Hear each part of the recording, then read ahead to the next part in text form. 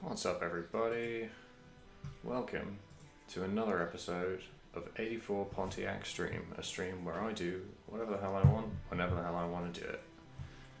And today, that just so happens to be an arena draft on Magic the Gathering Arena. How's everybody doing? Ooh. Oh, lit! Thank you, Will, for the 3-month resub. 3,000 deaths, that's so many. Ah, man, I'll be fine. Oh, the weather's so good today. So, much like last week, it's the perfect kind of day to stay indoors, play Magic the Gathering. Hell yeah. Alright, so, last time, what did we do? Last time we drafted Hour of Devastation, which was a fun set where there were lots of ancient Egypt themed magic cards, and we cast them. That was good. And we managed to get, 5 wins of the 6 we needed to get our draft entry fee back. It was villainy, true villainy. But that means we got 650 gems now, which is not enough to buy into another draft. But I've been busy. I've got hella gold, so we can spend our 5k to enter, and then if we win even one game, we'll get another draft, which is nice. Not only that, if we get our 6 wins, then we get 2 drafts, which is exactly the kind of thing we're looking for. Now, I don't know actually if this stream has enough time to play more than one draft, but I guess we'll see. Maybe we'll just get 7 wins super quick. It could happen. Anyway, let's draft.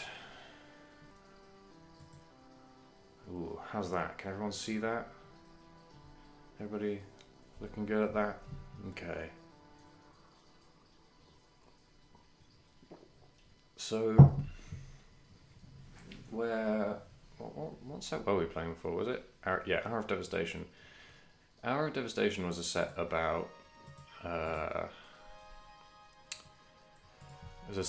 ancient Egypt. So there were lots of like mummies, lots of mummification, it was white zombies in Hour of Devastation. So Dominaria is a set, the current set, most recent Magic set,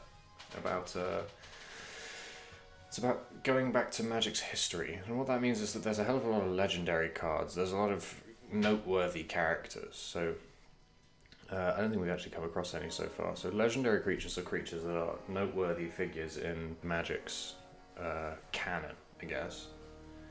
And you can't control more than one of them at any one time, generally speaking. If you control 2 legendary creatures with the same name, the game demands that you sacrifice one. So yeah, this set has a lot of ways, it has a hell of a lot of legendary creatures in it, and a lot of ways to interact with creatures that are legendary. So this pack's neat. There's a removal spell that exiles a creature. There's a Baloth Gorger, which I'm going to be on the lookout for, because people don't pick these, and they're very good. 4 mana 4/4 is a bonkers rate. That's just so good. Yeah. Dark Bargain is cool, but I'm not particularly excited to pick up more than one, so I can leave them till later. I think in this case what I'm going to pick up is Bolus's Clutches. Now, what this lets us do is enchant any permanent, so any creature, any artifact, any enchantment, or anything. And for as long as in Bolus's Clutches is enchanting that permanent attached to it, we control it.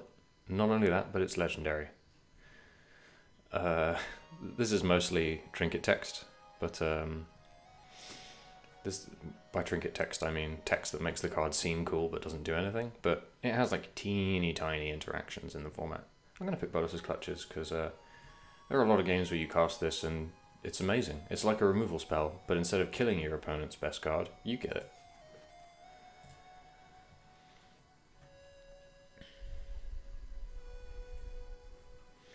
So Alfred is in the chat asking how drafting works in Arena, if it's giving me a timer or if it anything.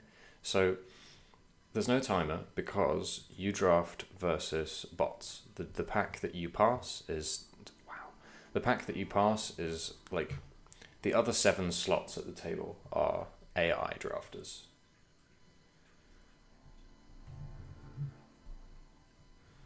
So this is a neat pack. I have no idea, how good is this card? This card seems comically expensive, so but 8 mana 8/8 that you can spend another 2 mana to return all of your opponent's creatures to their hands. 2-headed giant. Oh, flip 2 coins. Already I've stopped reading.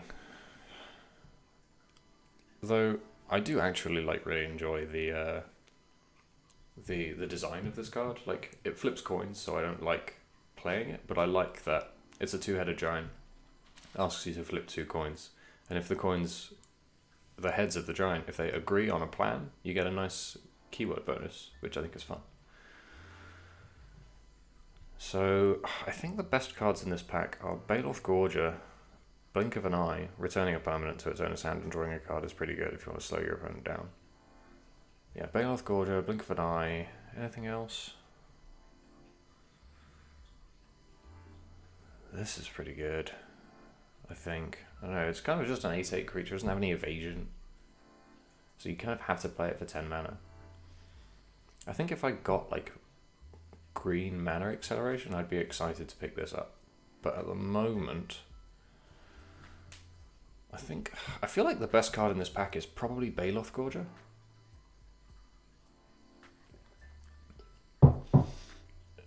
People in real life and also bots do not value Baloth Gorger as highly as they should. I think this card is very, very powerful. I'm gonna pick it. Oh, so you paid off immediately. We get Elfame Druid, which is a cool green card, and another Baloth Gorger. So we've seen 3, we've picked 1. So 1 might come back round. Was it pick 9? It will be. So it's not likely, but the bots value it very lowly. Very low. So it's possible. So other interesting things in this pack. Elfame Druid adds mana. Mana is good. I like mana. Not only that, adds bonus mana to cast kick spells, like this one, which is pretty good. There are lots of good kicker spells in this set. Also, we can play it on 2. It's early action, which is nice. Chainer's Torment. Is it just me, or is this card bonkers? I mean, not like busted or anything, but it's very good, right? I suppose if they can remove the horror, like, you've just spent a long time not really doing anything.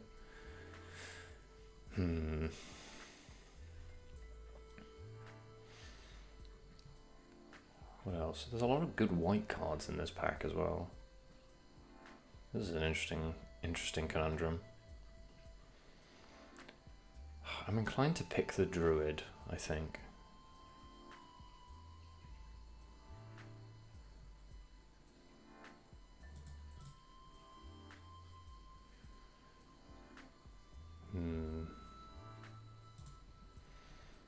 Yeah, I think I'm going to pick the Druid. Oh baby, okay. So this is another new type of card for Dominaria. It's called a Saga, and what it is well, thematically it chronicles the history of Dominaria. What it is so you put a counter on it, it does the thing marked 1. You put another counter on it in your next turn, it does the thing marked 2, and then you put another counter on it, it does the thing marked 3 the next turn. So this one, like, on subsequent turns, the first turn you play it, it will deal 1 to everything, then your following turn it will add 2, and then your following turn it will do a lot of damage to all the creatures. I think this card is very slow. It's not like a premium red card. It isn't going to push me towards red.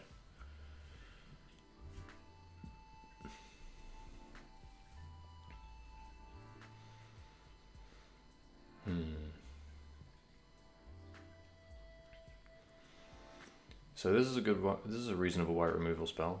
Is noteworthy. This is like a high quality filler card for a black deck, but probably wouldn't push me towards black. What does Valduk, Keeper of the Flame, do? At the beginning of combat, for each aura and equipment attached to Valduk, create a 3/1. That card feels like it does a lot of different things. Hey Ali, welcome to the stream. There are card games. We're playing Magic the Gathering Arena. Fungal Plot seems very good if I want to go slow and green. This card seems pretty bad. I'm not going to pick this card, right? So, I would pick this, but red does not feel very open at this point. I mean, it's early, but this card feels like such an engine. I feel like you have to kill this card pretty quick. So I think probably the best cards in this pack are this card, and this card. Like, I don't think there's a good blue card in this pack.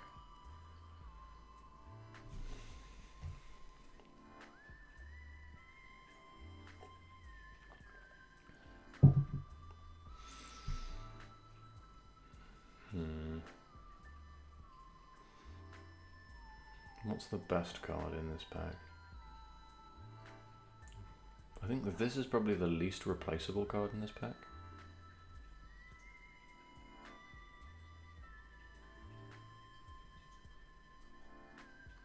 I'm gonna take this. Okay. So now we're kind of at dregs. This is a castable spell. This is a 2-mana 2/2, which kind of sucks, but... So a 2-mana 2/2 is generally good. Dominaria is a very slow format, so you kind of want to be a bit faster than that.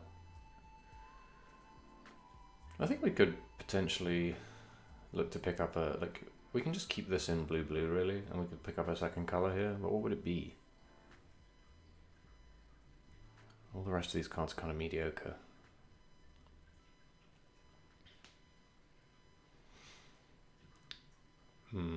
I think this has a reasonable chance of making our deck, actually.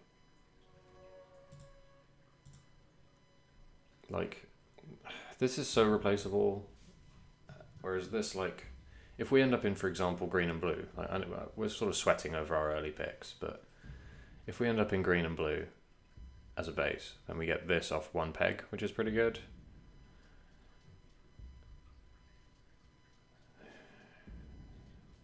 Because, like, if I really need one of these, I can probably just pick it up later. So I think I'm probably going to pick Fiery Intervention here. Yeah. Okay, so pretty much the same pack, but worse.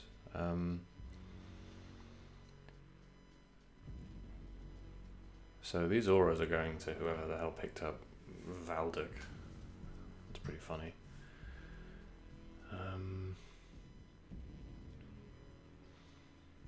I think if we're base green, Adventurous Impulse is probably playable. Probably have one of those in our deck. This card's bad. This card's medium. Yeah, it's like this card's pretty good actually. If we're playing slow. Yeah, this pack dried up surprisingly quickly.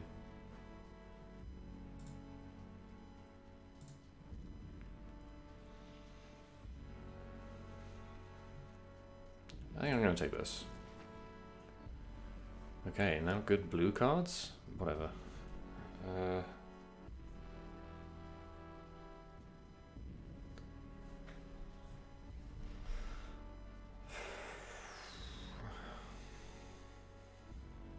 this kicks fairly well. Like, we could pick this just as a 2-mana 2/2, but I'm not particularly excited about that.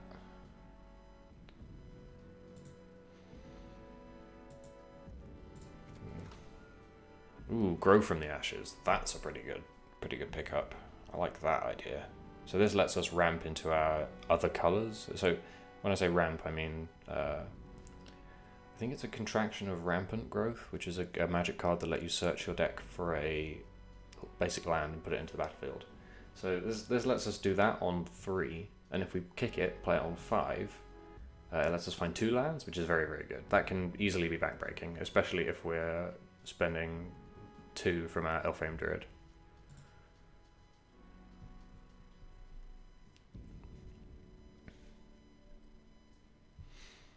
chat is discussing whether or not Netrunner and Magic the Gathering are the same game. They definitely are the same game, to the point that they were both designed by Richard Garfield within like a matter of years of each other. So, you know, don't ban Ally. She's right. Okay, so we didn't get our Baloth back, shockingly enough. Gift of Growth is pretty medium. I don't like that. Yeah, all these cards are pretty medium, actually. I'm going to pick up Fire Elemental. And then 3 mana 3/2 kind of sucks. This kind of sucks. Damn, everything kind of sucks.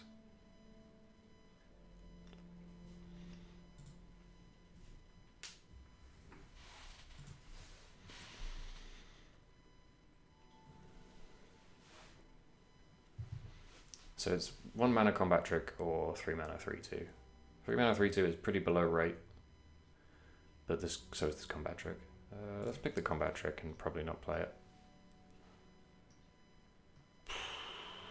This pack's gone kind of medium. We got some very good cards and some very medium cards. Hopefully our green gets a bit better.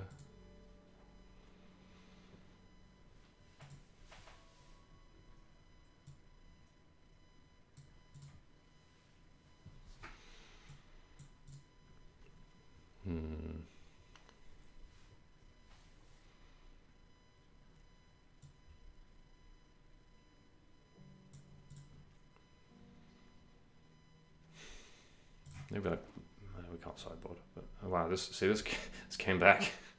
It's that medium. All right, well, and we got our Corrosive Ooze, just like I said we would. Okay, what's in pack 2 for us? All kinds of nonsense. Right. Okay. So I'm going to make an executive decision that we're not playing these cards because they're bad. But are we going to play any black cards at this point either? So this is what? Just it's actually a pretty good white card, but I'm not feeling just forcing white from here.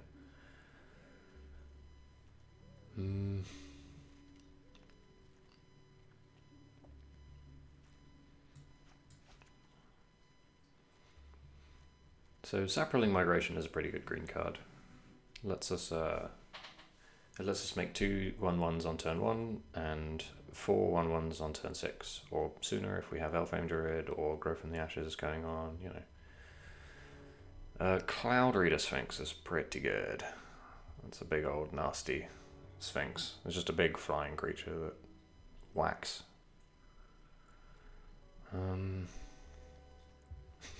Grun the Lonely King is a funny one. So Grun is a 6 mana 5/5 that when it attacks, when they attack alone, their power and toughness doubles to 10/10.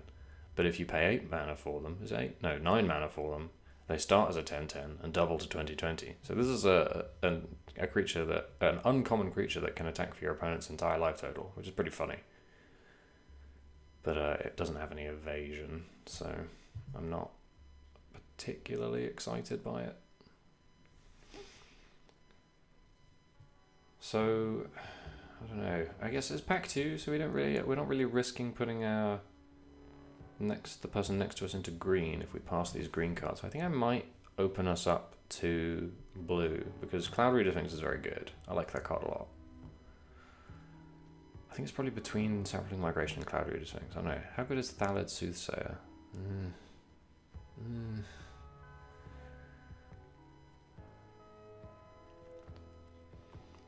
I mean, this card's pretty cool, but you have to be sacrificing quite a lot of creatures before it's like actively good. I think I'm going to pick Cloud Reader Sphinx. I think Cloud Reader Sphinx is the card most likely to make our final deck in this pack. Okay, so another one of those adventurous impulses that we thought about maybe picking up. Aesthir Glider is nice. It's a low commitment flying creature. Goes in pretty much any deck. Excavation Elephant. Pick up artifacts, but in white. Yeah.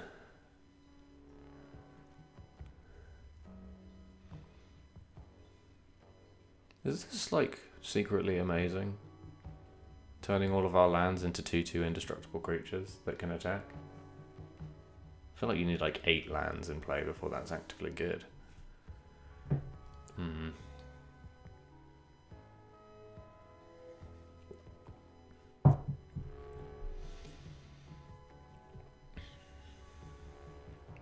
Killed an Overseer is pretty good. It's a 3 mana 3/1 with haste that if we play it for 7, we can gain control of one of our opponent's creatures, which is pretty good.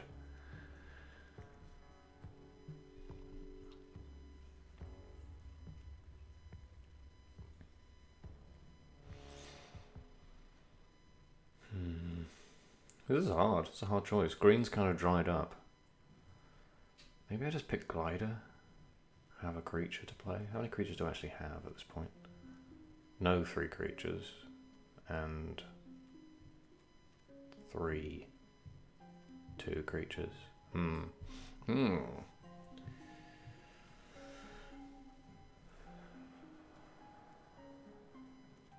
Yeah, deck's actually kind of looking kind of lean. I maybe went in slightly early on the Baloth. No, I don't regret picking the Baloth Gorger, but maybe I regret believing it would carry us all the way to victory by itself.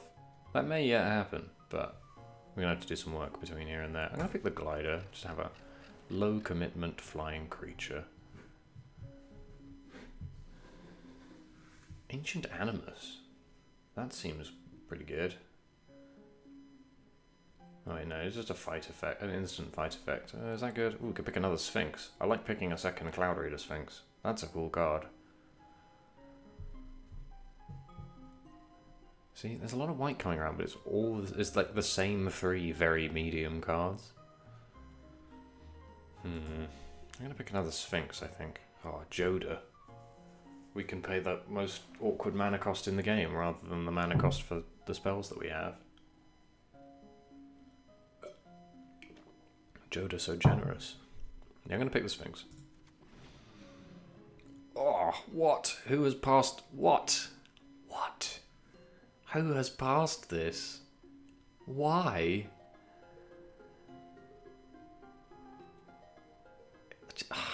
That's just wrong to have passed this to pick 4.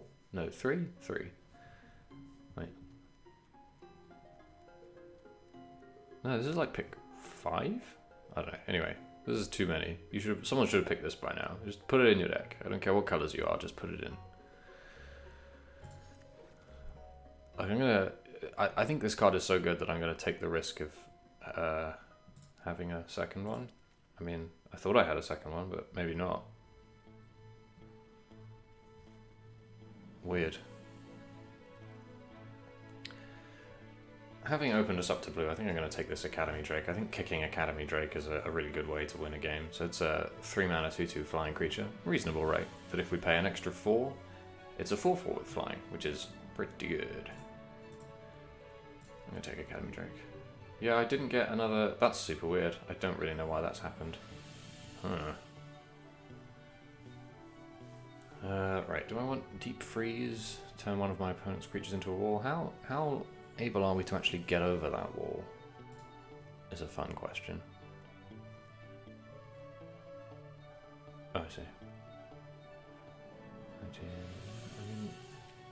Oh wait, my second Involus's Clutches is here. Okay, that's weird. Why is it not here? You know what? Whatever. It's not getting my second Sphinx either. Okay, maybe this number count is just messed up. Can I? Nope. Okay, well, we'll figure it out at some point, I'm sure. Anyway.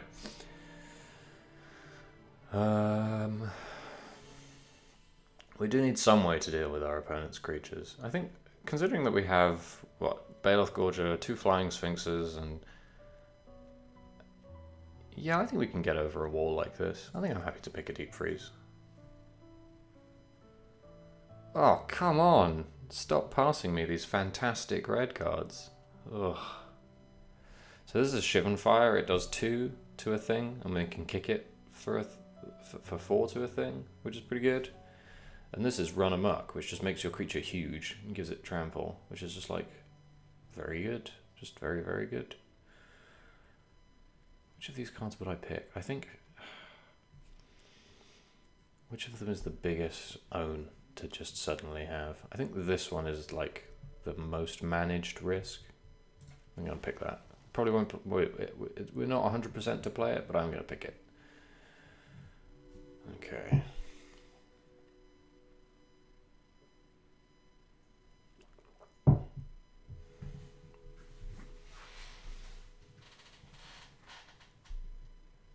Okay, I think now our deck is like slow enough that we might consider playing this Leviathan as a finisher, just to bounce our opponent's entire board and kill them dead. So I think I'm going to pick that. I have no idea what this deck is. Are we subbing black? No, I think we're probably not subbing black at this point, are we? I think we probably are subbing red. So get out of here, Stronghold Confessor, get out of here, Caligo Skinwitch. We might like sideboard into this, but currently we're splash red. We're blue-green, splash red. Pretty compellingly. Anything else here that we want to... No, not really. So I think we'll probably put Syncopate in our deck and are unlikely to play it.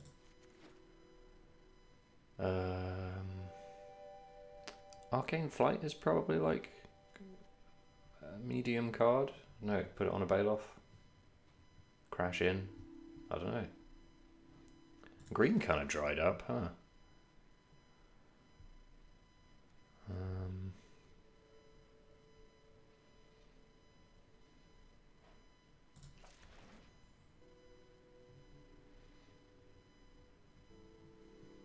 This feels like a fairly aggressively costed creature.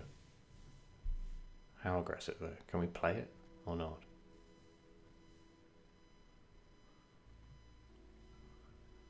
Oh, I think it's better than a 1-mana 1/1, so I'm going to pick it and see what happens. Okay, so now, interesting. This deck's all over the place. What's going on?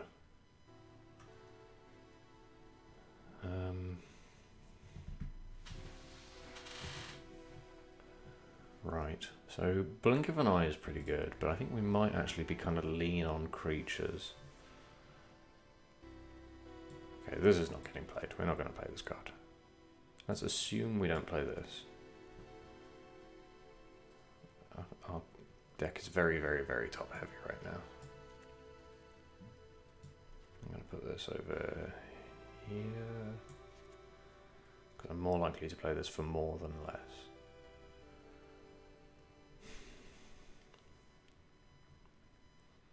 So we're looking for early green or blue interaction at this point, I think.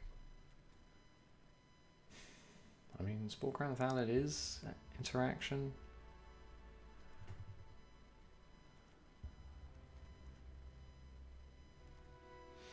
Yeah, maybe we just pick Spellcrown Thallid and hope to, well, you know, open ourselves up to maybe getting Saprolings later on.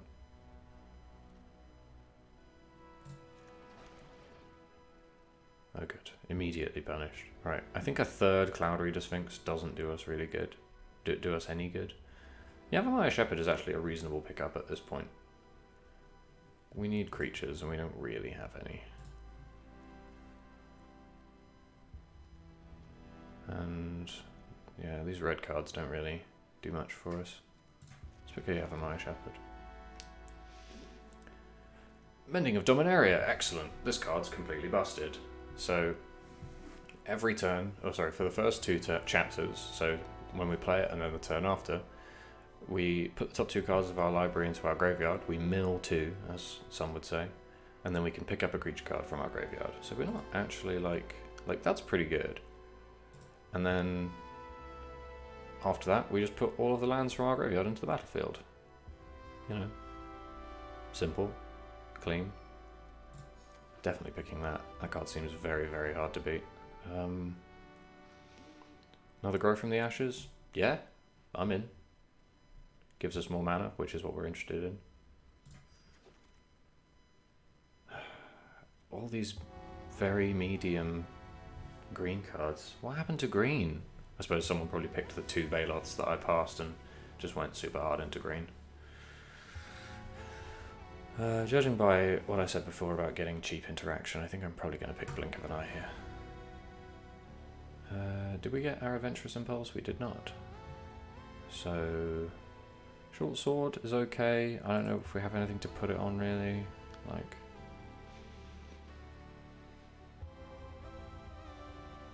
this is not going in our deck. And what else is not going in our deck? I don't know, can we play 2 of these?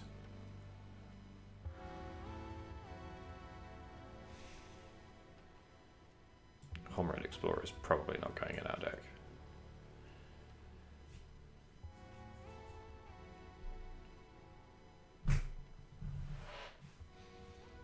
Yeah, we're really looking for any way whatsoever to make it to 4+. Because once we play like a 5-mana spell, our game is looking pretty good. So we're looking to pick up cards that allow us to survive until then. I really don't want to pick Llanowar Scout. No, I feel like we have enough, almost enough 2s to get there. I'm going to pick Adventurous Impulse. Ugh. Ooh, Divination is a good draw, actually. Lich's Mastery. Okay. Yargle! Yargle, the 9/3 legendary frog spirit.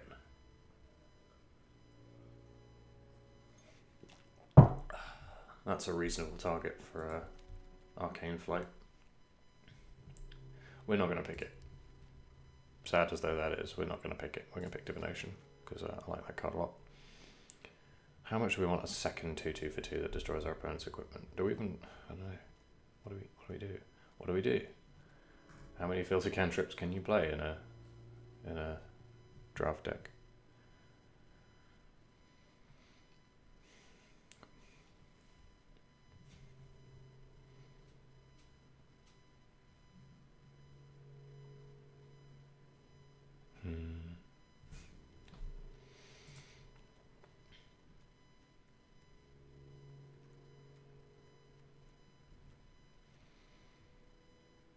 I think in the interest of not dying, we're going to pick the zoos. How impossible is it for us to cast Thought Elemental? Fairly impossible, I think. Having a Broken Bond in your deck, actually, is pretty good. Destroying an artifact or enchantment in this format. Like, there's a lot of... not this is a very bad example, but there's a lot of, like, incidental artifacts and enchantments kicking around, and being able to beat them in a format with no sideboards is pretty good. What do we lose to? Probably this.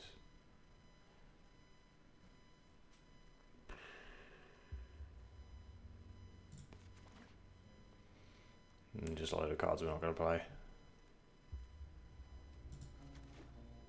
Another Broken Bond. Oh, Llanowar Scout. Alright.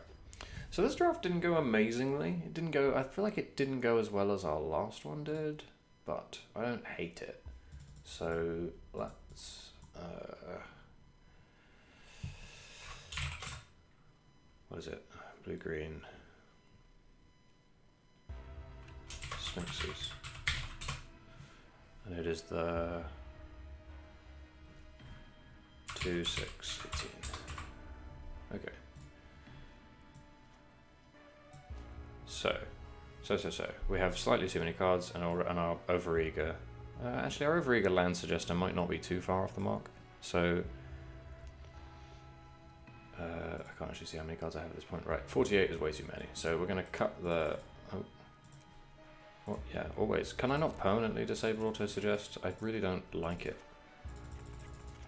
Okay, so we're almost definitely not playing Syncopate. So we have 30 cards, so we're looking to cut like 7 here. Oh, it's kept all of our late picks in, because why wouldn't it, I guess.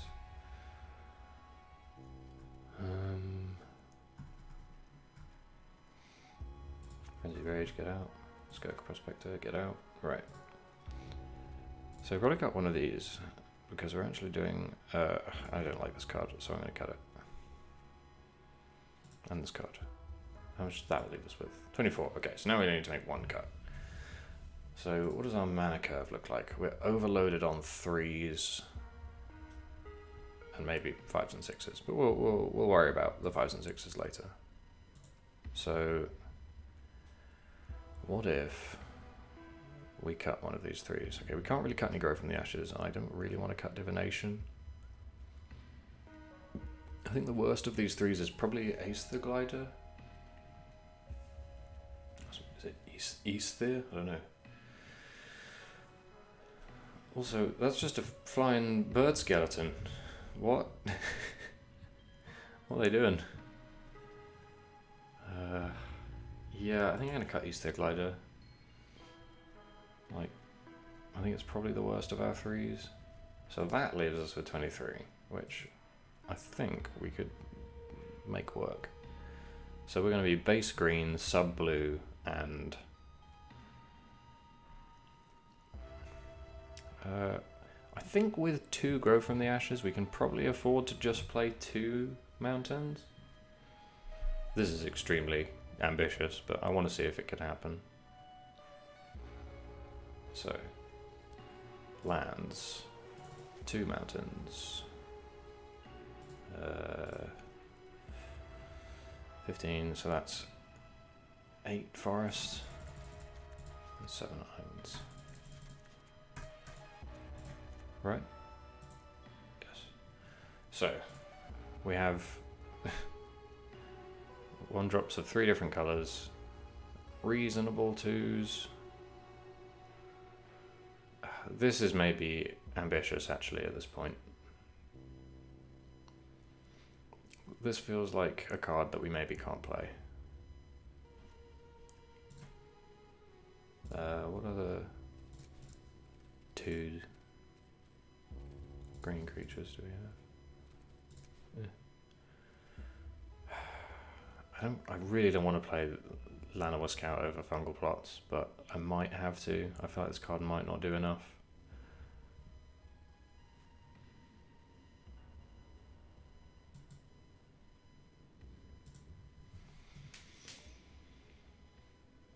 Fungal Plots looks like a lot of fun, but our deck can currently produce exactly 1 Saproling without exiling cards from the graveyard, so I think I'm going to cut Fungal Plots, but I think that means we have to play Llanowar Scout, which is very tedious.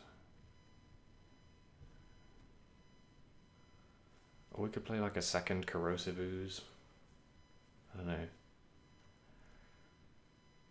I feel like a second Corrosive Ooze might be better than a Llanowar Scout. Oh no, let's play the Llanowar Scout. If it underperforms, hey Lokai, if it underperforms in a game, I will probably cut it for a Corrosive Ooze. But for now, let's give it a go. Okay, we're done. Yeah, let me just double check. Yep, yep. Alright. Oh, there we go. Okay. To the games.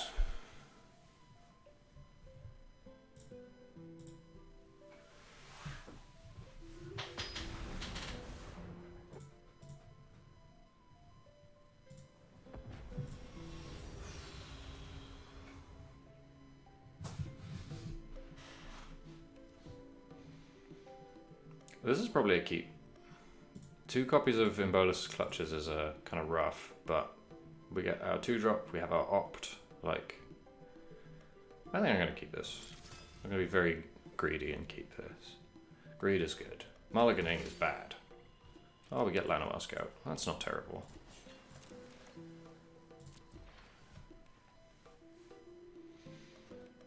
This is maybe a deck where we want to play 18 lands now that I think about it. Because we have so many 5s and 6s we want to play. Alright, end step opt. Blow. I could play Adventurous Impulse here. Land? Okay, nice. So what we can do is if we play Llanowar Scout here, then next turn we can play a Forest and Adventurous Impulse, and if we get a land, we can put it into play with Llanowar Scout, get ahead. Extremely marginal, but could get us there.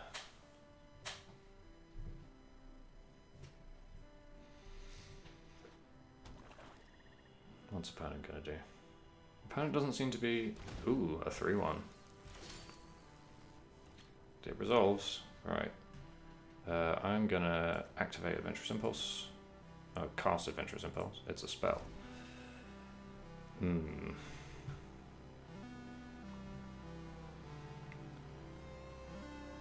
That's an interesting conundrum.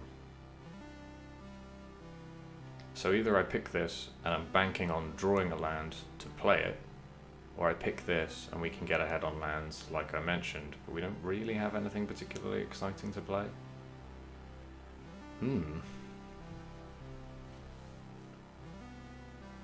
That is a tricky one. I'm going to pick the Baloth. And then I'm going to put the Corrosive Ooze into play. Awkward that we drew both of our red... What did we have them in our opening hand? Anyway, awkward that we have both of our red cards.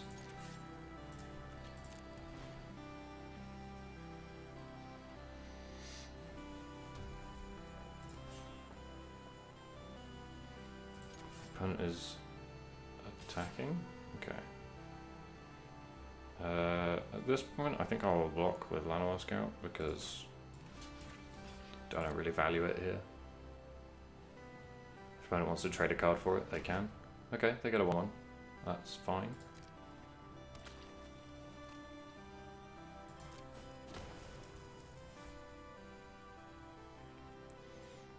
Okay. Land up top. Yes! Okay, cool. That's very good for us. Attack.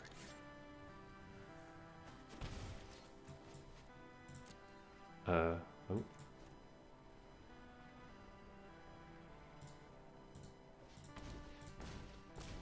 we go. Get into play.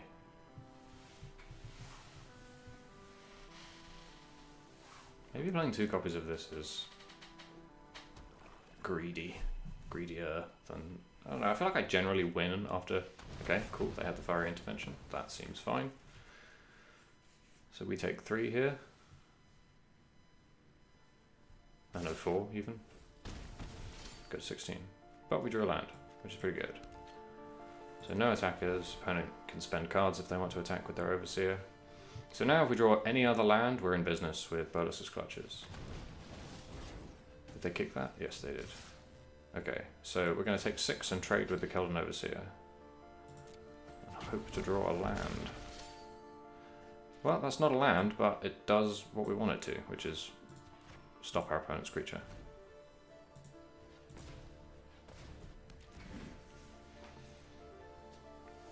So their creature becomes a blue wall with no power and toughness.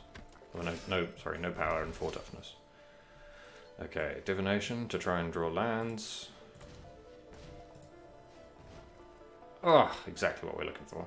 Exactly what we were looking for. Okay, so combat. We're going to pass turn. Our opponent is going to try and attack. We're going to kill their Cabal Paladin with our Shivan Fire. Take 1 and go to 8, and then be able to untap with Fiery Intervention and Bolus's Clutches, or whatever we draw, really. I'm probably going to gain control of this in my opponent's turn. My next turn, even. That resolves.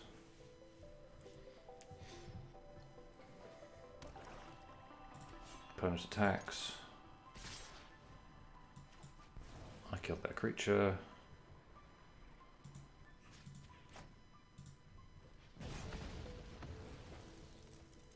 Take 1, go to 8.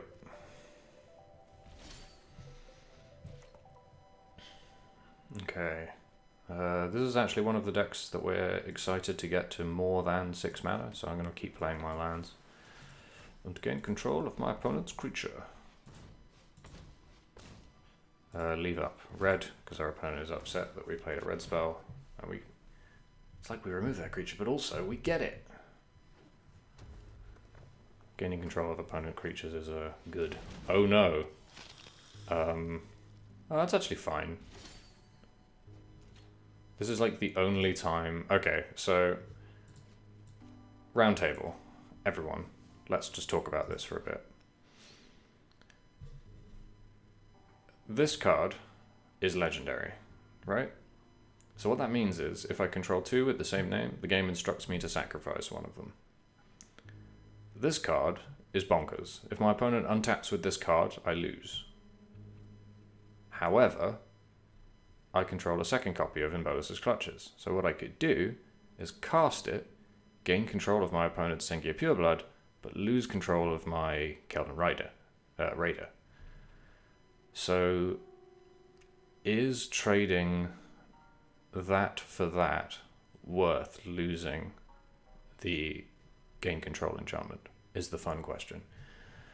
Because this card's bonkers. I could just remove it, is the thing. Otherwise, I would do this without thinking. But I could just kill it.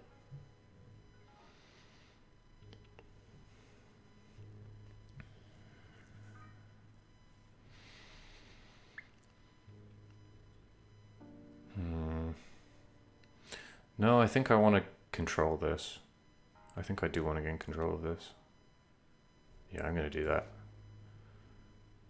Because our opponent has one card. Like, they get to attack again with Keldon Raider, but that's like it. After that, they immediately lose.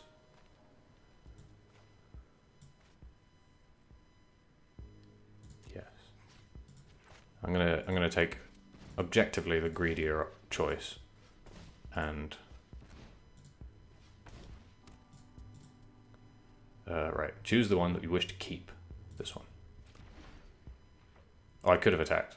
No, I didn't. If I attack, my opponent can... Oh, no, yeah. It would have been better to attack. You're completely right. Okay, so now I discard my removal spell, which is pretty tedious, but my opponent spent all their mana to do that. So I'm going to go to 4, but now I untap with... That's amazing. That's so good. That's an incredible draw. Okay. So I play this, because I can play it and activate this.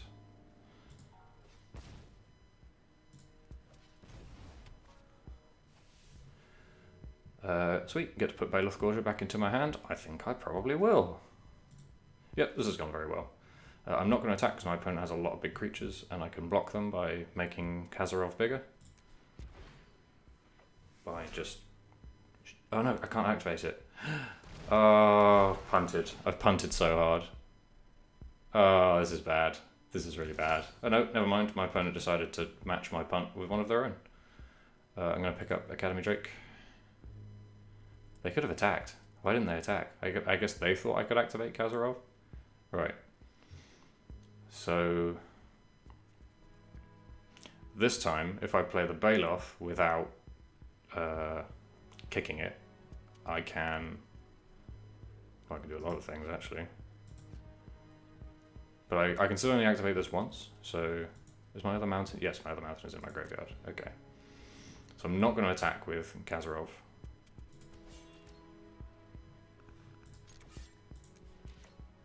But I am going to play Baloth Gorger without kicking it. So I can activate Kazarov. Because it's 4 to activate, isn't it? Yep, okay.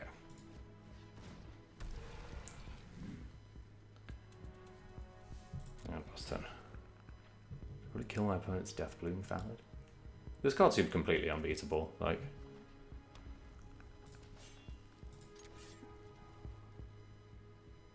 Cool, opponent is not attacking. Activate Kazarov, kill your Deathbloom Thallid.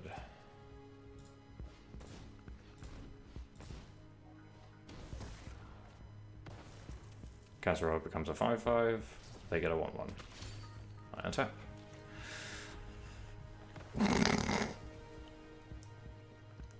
Okay. So... They're at 18. This is a ranching. This is an absolute beating. Okay, so I'm going to pass the turn one more time. And I'm going to activate Kazarov twice in their turn to kill their Skizik. Because then I get to untap, cast Sinvoda of the Rising Deep for 10, and return all of their creatures to their hand, and then attack them and probably kill them. So, and that's 8 mana to do, so I'm going to have to just pass.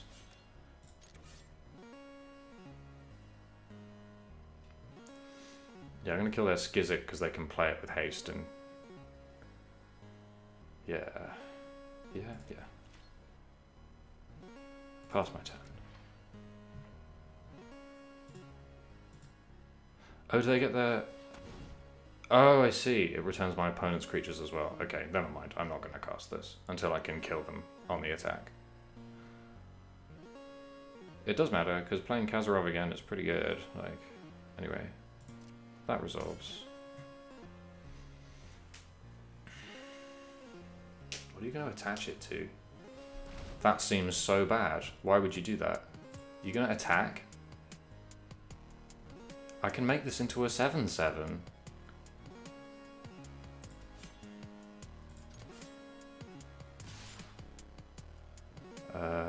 Right.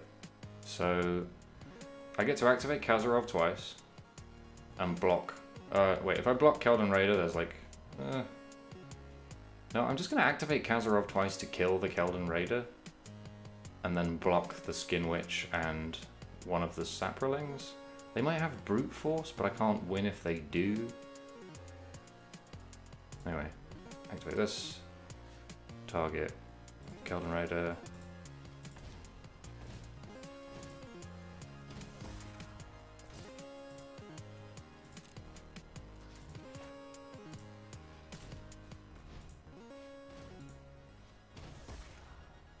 Mouse card.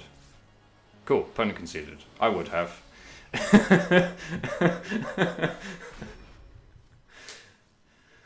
Nobody expects the second Bolus's clutches.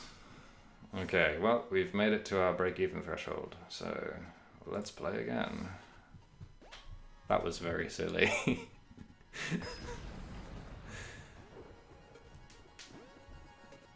Normally when your opponent plays their very powerful rare, they think, I'm going to win. And this was not the case. Keep.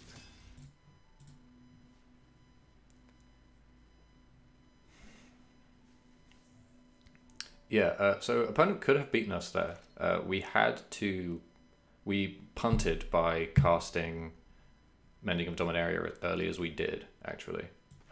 If we had... Because we only had 3 mana up, we couldn't activate Kazarov and also block Keldon Raider, which means we would have had to lose Kazarov and probably lost the game. Forest.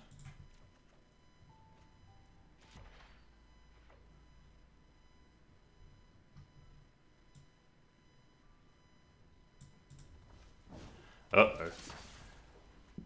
Oh, that's a very good draw. Okay, so this is the kind of deck that we lose to, so... Hopefully we kind of have to hope that we curve into our interaction.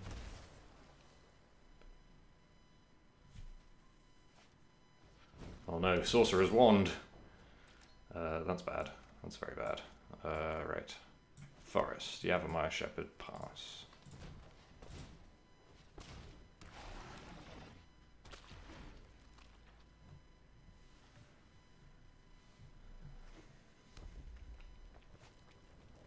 Okay, so they're going to attach their thing to their Lava Runner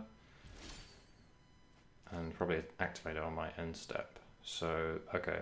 So now we're in the unfortunate position of trying to race an opponent who's playing with our very slow green-blue deck. So, okay, I'm going to play this Mountain.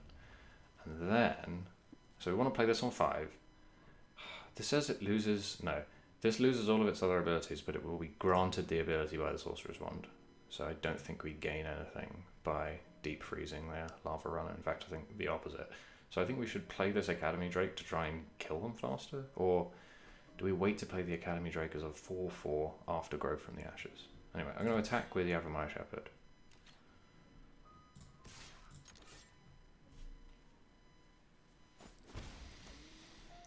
Oh, this is difficult. So next turn we play this. We find 2 more lands. We end up on 7. 8.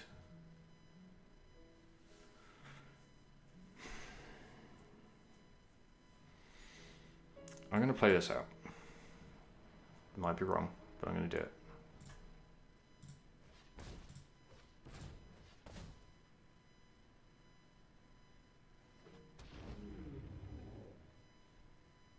And then on my end step, they're going to 2 me.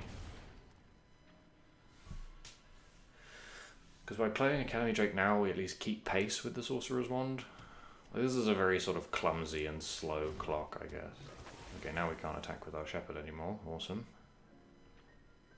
Opponent's not really doing anything though. Ooh, Bailiff Gorger. That's a very good draw. Playing that as a 7/7 is going to be a big game. So, go to combat, attack with our flying 2/2. And then attempt to kick Grow from Ashes. Hope opponent doesn't have Syncopate. Oh, they do. Oh no, they don't. Okay, cool. They have Opt. Awesome. That's very good for us. Next turn we get to play a 7/7. We have an... Okay, so I'm going to find the mountain out of the forest.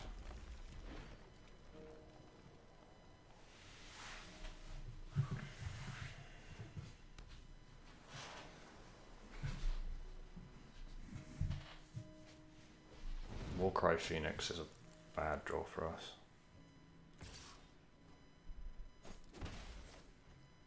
Okay.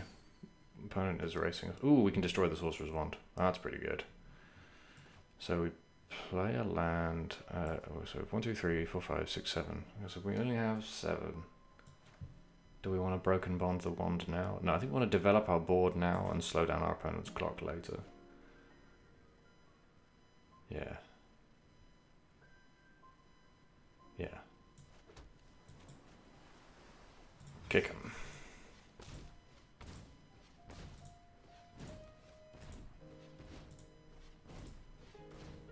No counter spell one time. Sweet. Because we can just attack with this forever.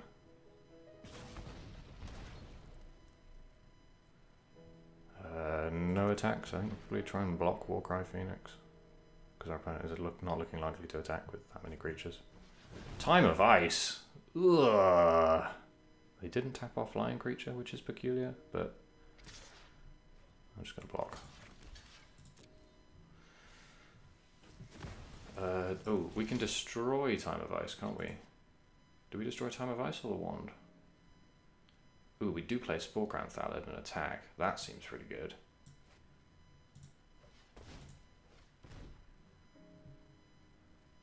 So, sorry. Time of Ice freezes our creatures, it taps them, and they don't untap until our... they don't untap for as long as our opponent controls Time of Ice. And then on Chapter 3 of Time of Ice, all tapped creatures go back to their owner's hands, which will be the creatures that were frozen with Time of Ice, and then I have to replay them again.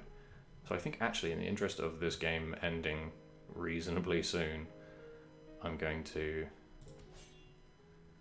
do I attack with both of these?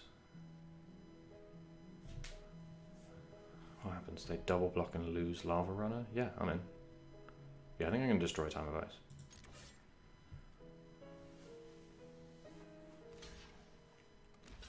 Oh cool, they're not double blocking. That's a weird choice. Oh, they have a spell, maybe? Sure, they had a spell. Okay, ooh, that's pretty good, actually. Okay, that's fine. So we... Broken Bond, Time of Ice. Hope they don't have another one, that would suck.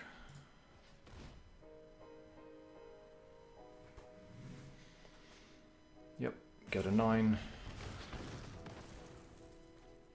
And play another Spore Crown.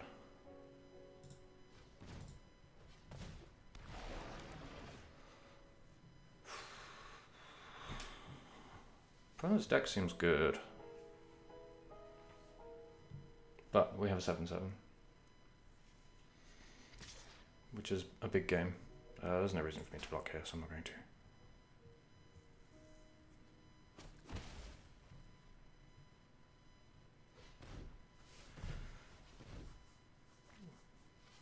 Divination.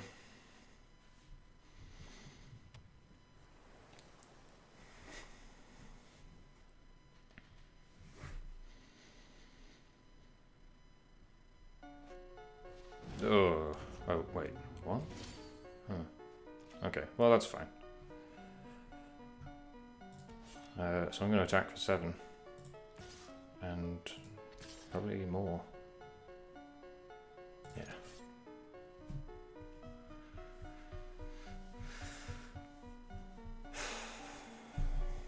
I could probably have attacked with the 2/2. Okay, opponent goes to 6. That's interesting.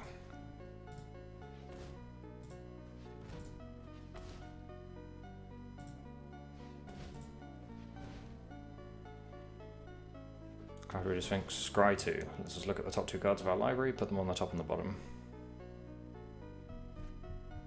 Okay, we take 2, go to 6. Yeah, Bolus's Clutches is a pretty good draw. Right, so we're at 6, so if our opponent kills one of... if our opponent beats our Cloud Reader Sphinx, then...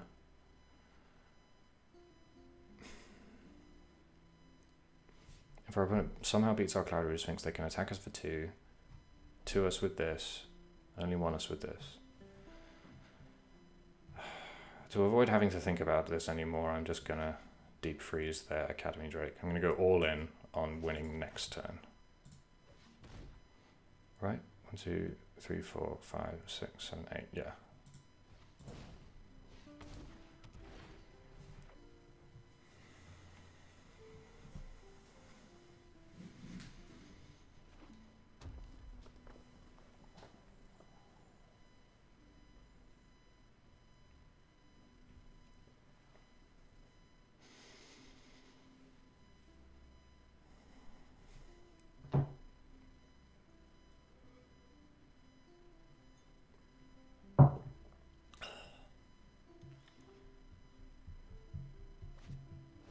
Okay.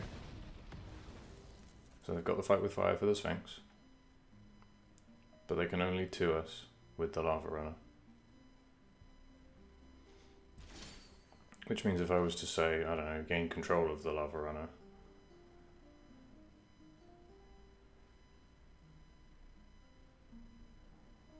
Then we attack over for only 5, but then when we untap, we win. Opponent needs to lose the... No, they do not need to lose their Vidalian Arcanist to kill us.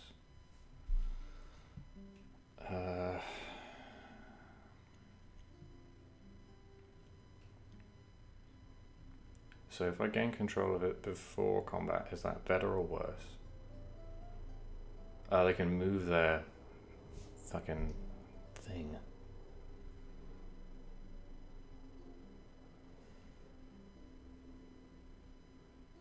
Oh, hey, it's Funkstar. Hey, Funkstar. Ugh. Oh, Mega Spell. Hey, Mega Spell. Ugh. So what if we steal this? Opponent is facing... See, they're only facing 5 from our Shepherd is the thing.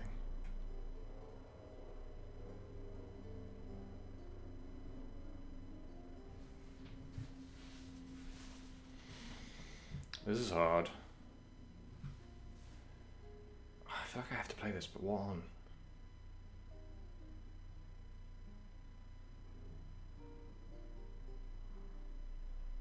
Let's put it on the Arcanist.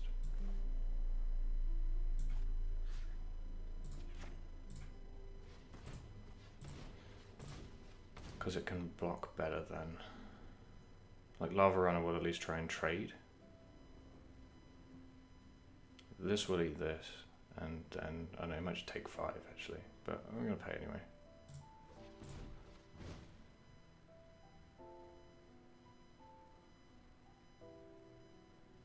Yeah, I could have... No. Okay. Opponent has a spell. No? Okay. They're just... they're tapping it so it can't block. Sure. That's fine. Okay, so we attack with this. They have to block it. They probably block it with this.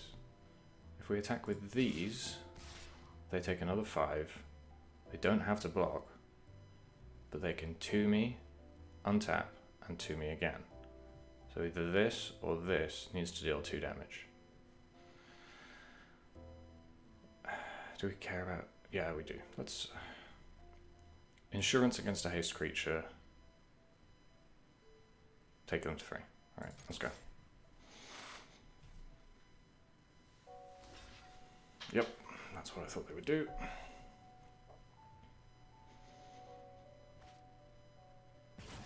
Okay.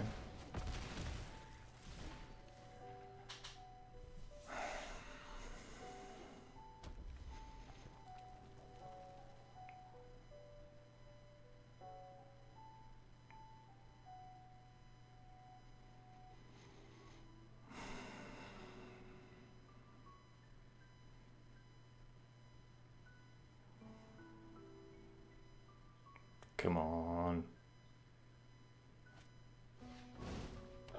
Is that good here? No. Can see the game. Do it. Or can they block? No, they lose. Yep.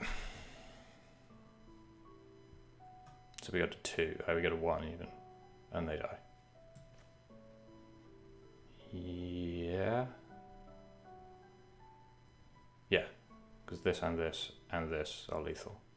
If they block the Gorger. Yep, cool.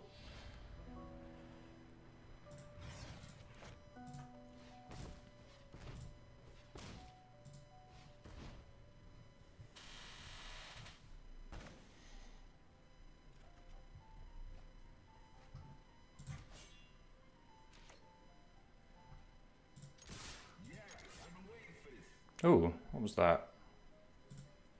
Oh, hey, follow. Thanks for following, Moronic Shoe. Bam, bam, bam. Bet they're upset. They got me to 1. Whew. That was a close one. Got there. Alright, that's 2 wins. Alright, let's go for win 3.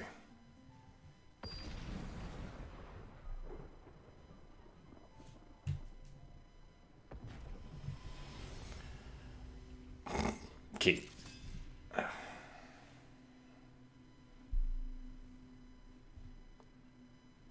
It's a slow one, alright, but I like it.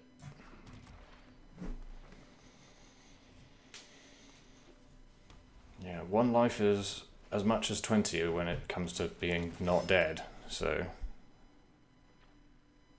we out here.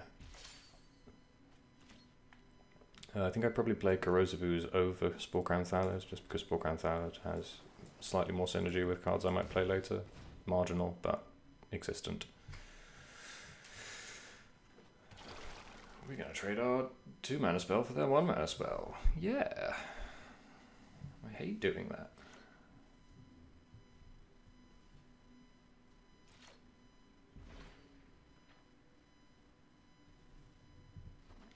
I'm probably going to let them attack the first time rather than aggressively trading off.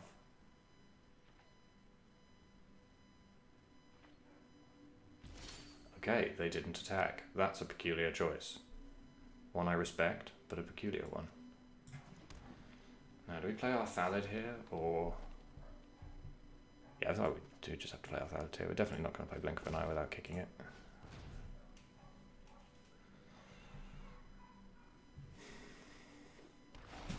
Playing around Syncopate.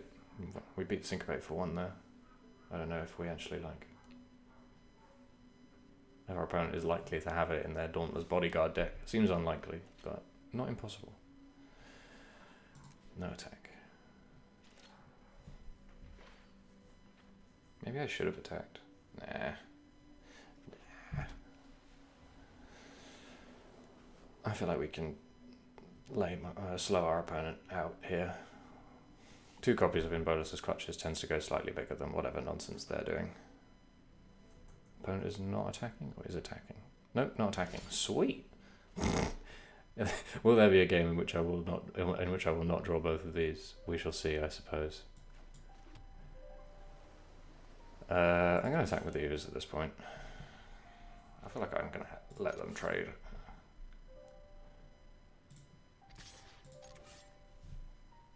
If they have like a trick, I can blow them out with Blink of an Eye.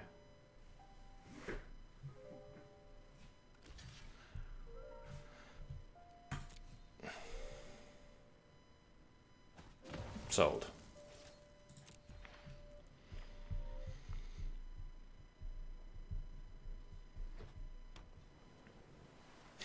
Ringwraith has astutely pointed out that... oh wait, did I draw one in the last game? Yeah, I did. I drew it. It was my last draw. Is opponent doing nothing? Please play a creature. There we go. Do I care to tempo you here? Yeah. Slightly slow down the development of your board.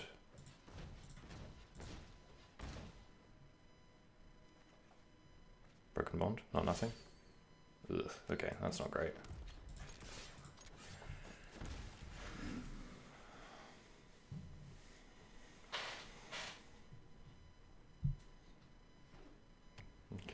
So we're drawing our big cards, but kind of at the wrong end of the big card spectrum. We want probably at least one proactive big card before we start playing these reactive ones. Elfame Druid is a card we would have preferred to see on turn 2. What happens if I attack? They probably don't block, do they? Since I'm ahead, I'm going to play Elfame Druid and see what my opponent does.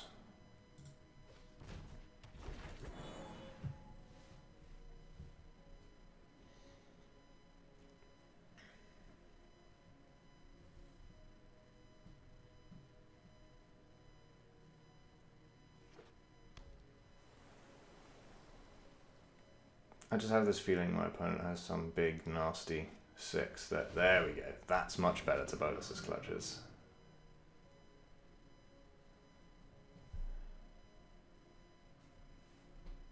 That's a card I'm happy to steal.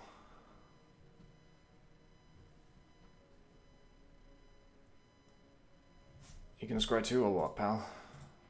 There we go.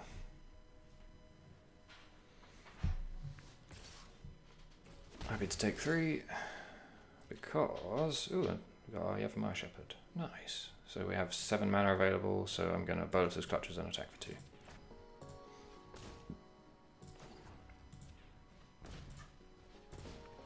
Leave up a red mana, make our opponent fear Shivan Fire. Yep, we're in a pretty good position, as you tend to be after you cast Bolus's Clutches. And unlike last time, I think we're fairly favoured at this point to be able to just ride this one out, rather than have to play a second one to take our opponent's more powerful card. Because now they can't attack with their Even Sentry. What would be funny is if they played another flying creature and had to, like, awkwardly double block to beat our Bolus's Clutches, and then we just played another one. Okay. Sold? Our opponents are not reading their cards very well today. So they could have exiled our creature or our enchantment. They exiled their creature rather than our enchantment. Why did they do that? Literally how play Magic the Gathering. Again, not particularly bothered about this Sentry. Just going to attack for 2. Yevamaya Shepherd.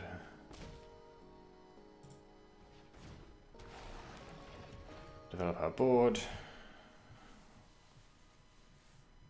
Yeah, like, you know, but when I say my opponent didn't read their cards, I mean either that they genuinely didn't read them or that they don't know the complete implications of what they did. Like, reading the game state is part of how you play Magic, so like not knowing that is an important part, but you know,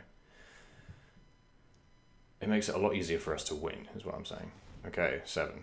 What's on 7? Who's on 7th? Nothing. Okay.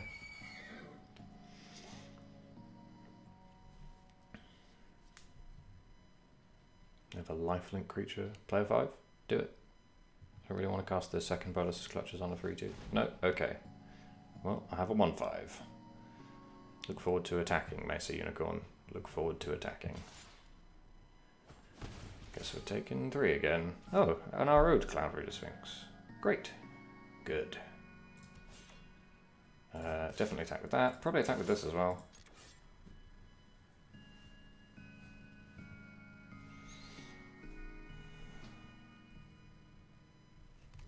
Yep, opponent blocks.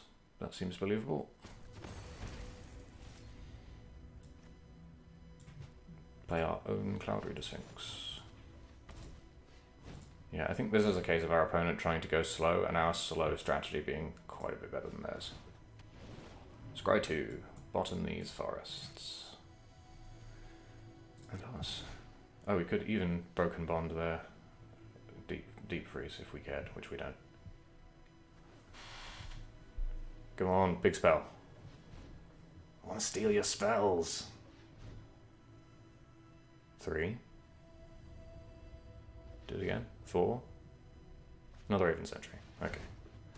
It's at this point that I might consider stealing one of their Raven Sentries. Oh no, I can just Fiery Intervention one, like I don't really care.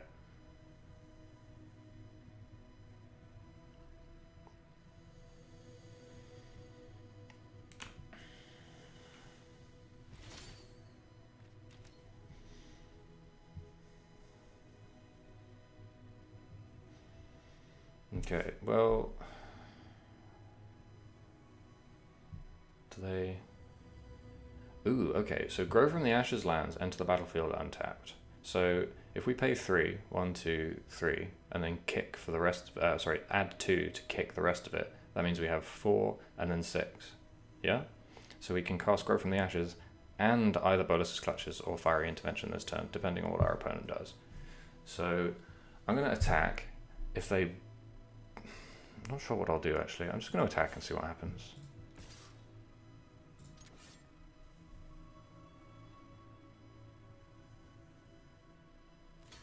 They're blocking. They're double blocking. Good, good, good.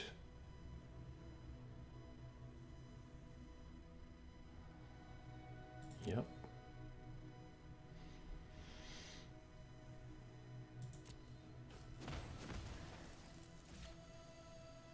Okay. So now I'm going to add 2 to cast a kick spell. And then another...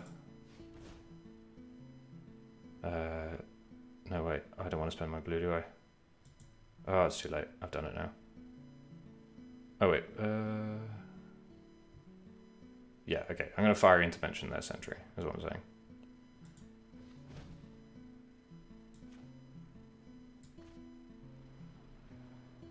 Oh, we can find another blue, actually, but it doesn't matter. We're going to find...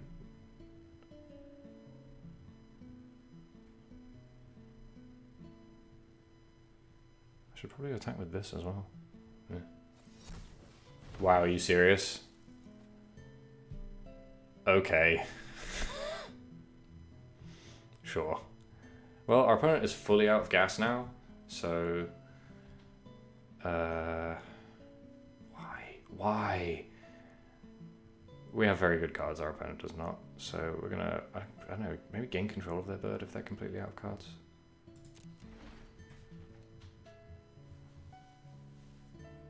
Why put this card in your deck? Why do it? What a bizarre choice.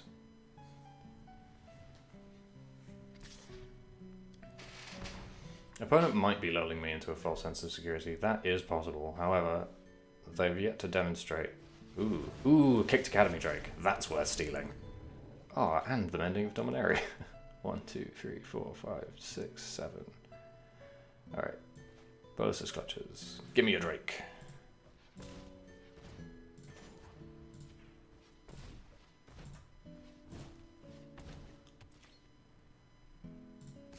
Get in for 1. Hooah.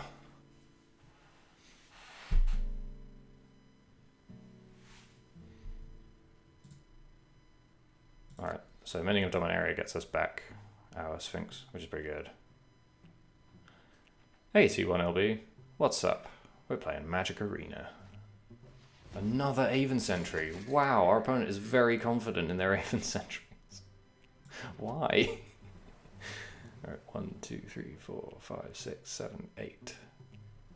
Okay, so if I attack with my 4/4, they have to double block now, which is pretty funny. Alright.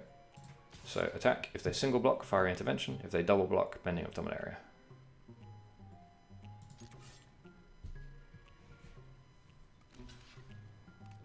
Cool. Okay, I'm pretty sure this game is unwinnable for our opponent now.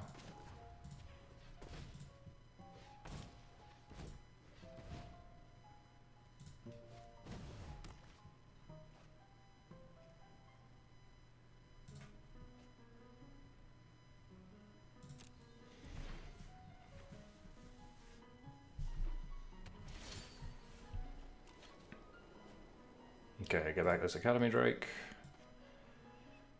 Play this Forest. Attack for 1.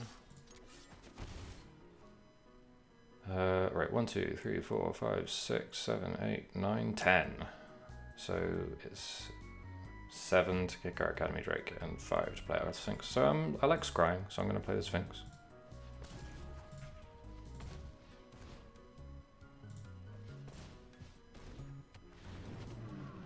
Ooh, Divination. Sold.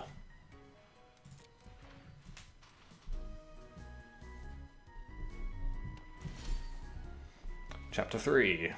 let's put some lands into play. Alright, we're going to attack.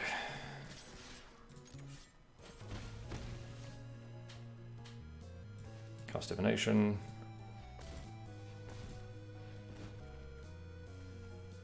Draw these in Bolus's clutches that we shuffled into our from our graveyard. Oh yeah. And then play Academy Drake with 2+1/+1 counters on it.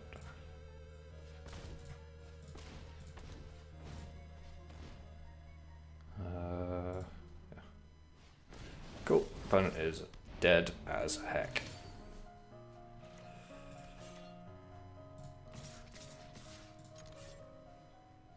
Spell? Oh, they've got a spell. Or are they bluffing? They could be bluffing. I don't think our opponent has it in them to bluff.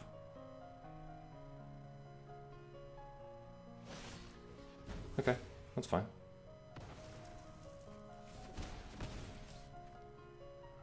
So we're just gonna find the rest of the lands from our deck.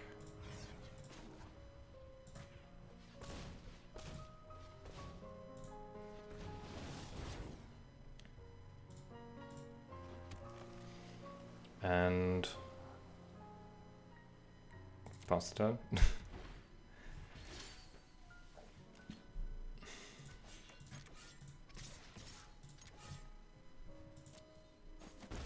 Dead. Cool. Easy.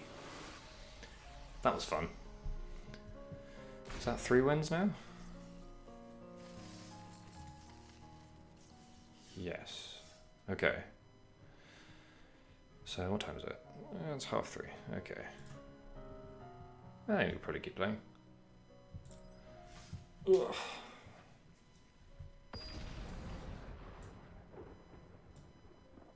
Oh. Come on, Arena. You can do it. There we go.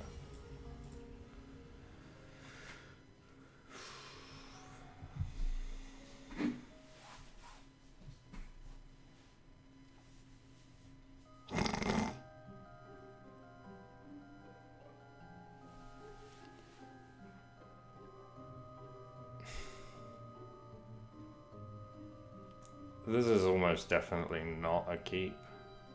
I don't know, we have like a 2-mana spell. Mulliganing is so bad. I'm gonna keep. We're probably gonna lose, but I'm gonna keep. Best of 3 draft leagues win. Okay, that made our hand a lot better.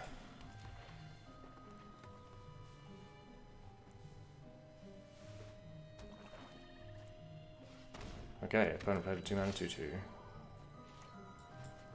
So we're gonna play a 2-mana 2/2.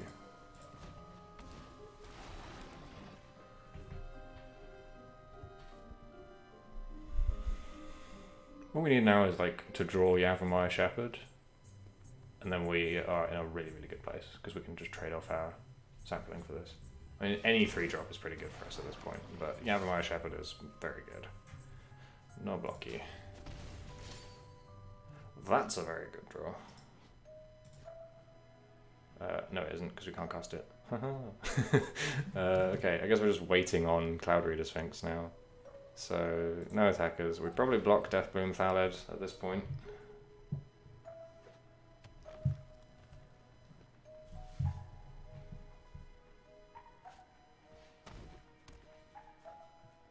Oh, never mind. Alright, we're going to trade for our opponent's Effingale. This is a bad card. Why are you playing this?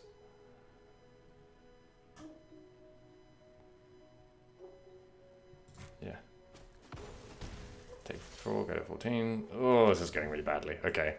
To get some lands out of our hand and like play anything this turn, I'm going to cast Broken Bond. No, that's so bad. That's so bad. I'm going to play Cloud Reader Sphinx next turn and everything is going to be okay.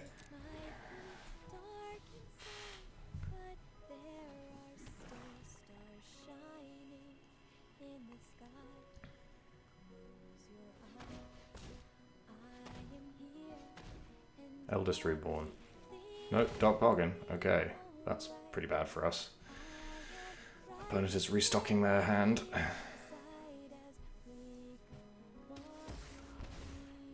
Take 4, go to 10.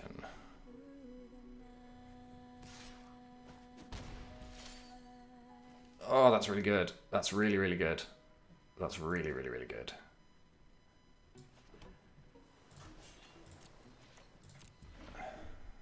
So we get to kick their thing back to their hand while they're attacking, so they lose the... Oh no. Oh, that's not actually a huge deal.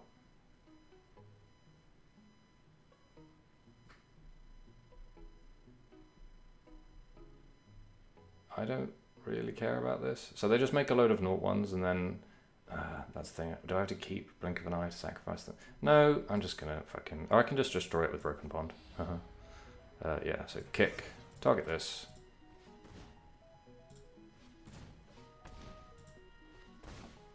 Yeah, this is going pretty well. Oh, we do another land? So yeah, our opponent has a big old Saga, but I'm a genius and main deck Broken Bond, so we can destroy it. That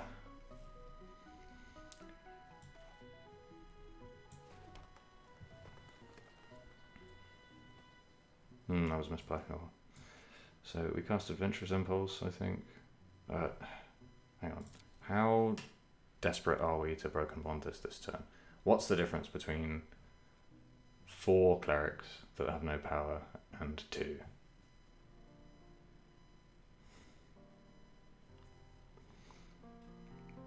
No, I'm gonna cast Adventurous Impulse this turn. I'm gonna risk being completely owned and take this, I guess, and cast Cloud Reader Sphinx.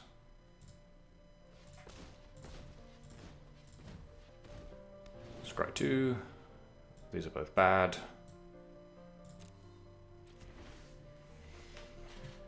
Next turn I get to put a land into play with Broken Bond, and then play a vanilla 8/8, I guess. Oh, if we get to 10, we can kill all our opponent's clerics with Slin Void of the Rising Deep.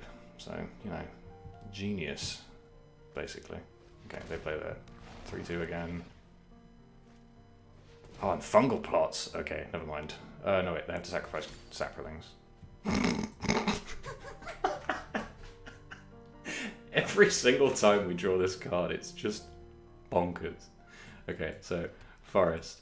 Broken Bond, you're right with Bells and Lock. Put an island into play. Cast the Mending of Dominaria.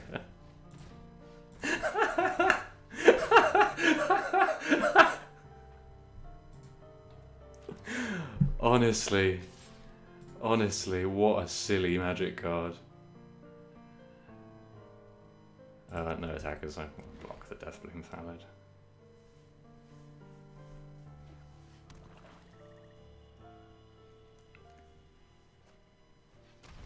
Yep.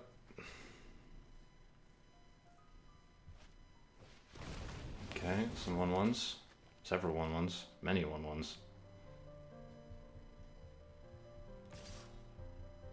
Opponent has a lot of tokens, which makes 1, 2, 3, 4, 5, 6. Okay, so we're probably kicking this when we can.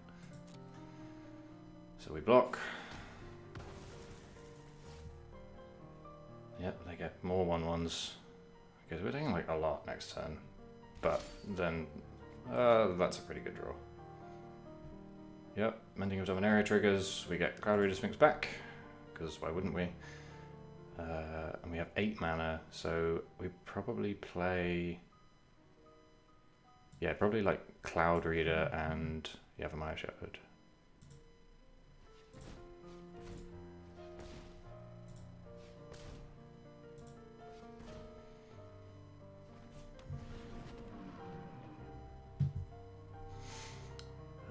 Bottom these. Don't think it really matters, but and play Shepherd. Because yeah, next turn, so these are all tokens, which mean if they leave the battlefield for any reason, they cease to exist, and making our opponent pick them up with Slin Void of the Rising Deep just kills them all. We also get our red mana next turn. Oh great, you've lost! I absolutely love the Mending of Dominaria. What a ridiculous Magic card. Do it, attack for 5. Or don't attack for 5, that'd be even better. Ooh, another Deathbloom Thallid. That's going back to your hand. Oh yeah, it's the same Deathbloom Thallid. They picked it up with Demonic Vigor. That card seems bad.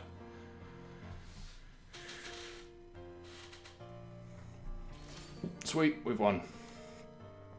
I foresee no way that we can lose this game.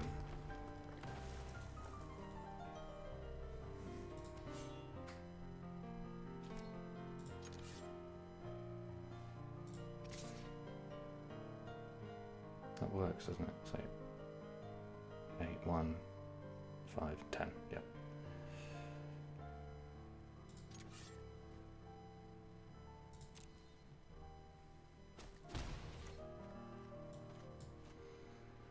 Magic is a silly game.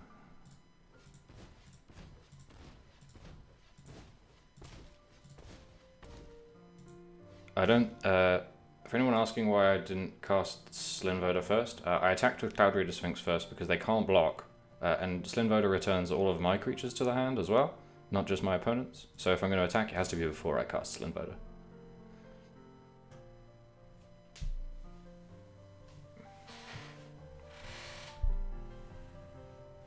What a game! What a game! Now they can sacrifice their saplings and draw quite a lot of cards, but I feel pretty good about this.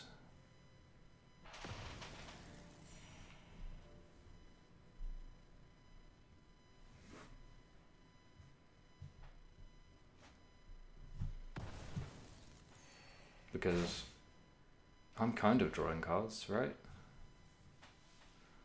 My opponent has a lot of cards now, but we have flyers, like, whatever.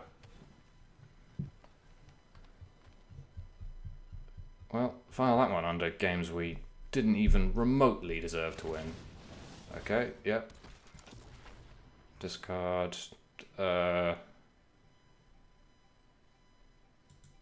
Spore Crown, and yeah. Discard creatures without flying, I would. Because, get ready to block my fucking Leviathan.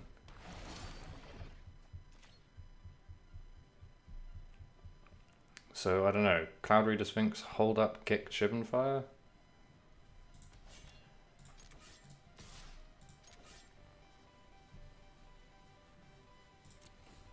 Sweet. Just going ham.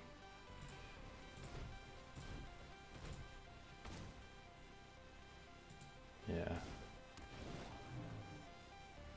Don't really care about these. Looking for creatures at this point.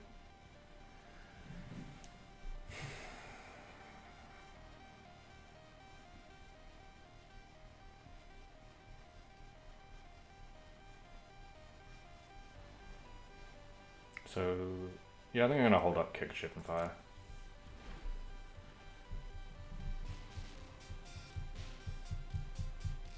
It'll be fairly difficult for us to lose from this point.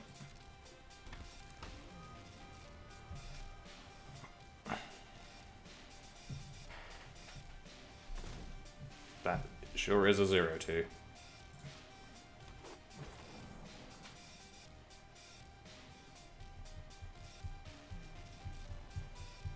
My Fungal Pots is going to do some work for our opponent here.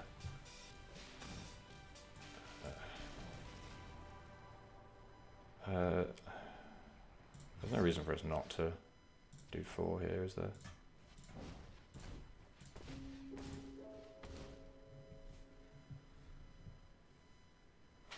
How many times are you going to try and loop Deathbloom Thallid, pal? How many times?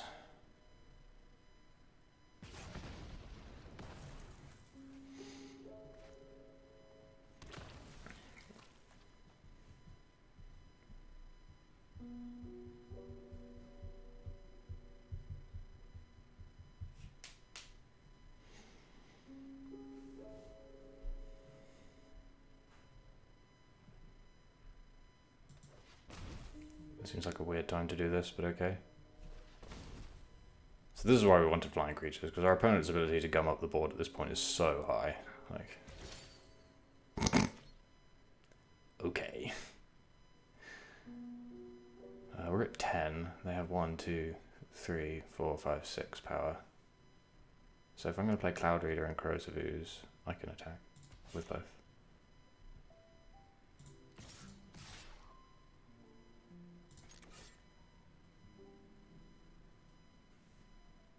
Or I could play Cloud. Yeah, I'm gonna play Cloud Reader and an unkicked Academy Drake, I think.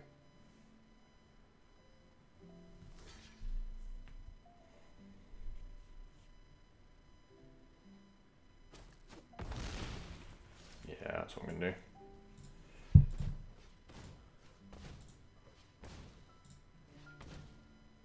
What up?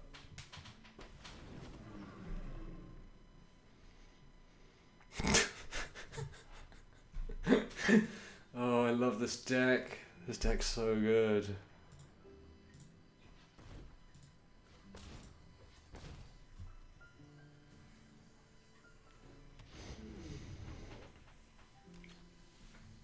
What you got?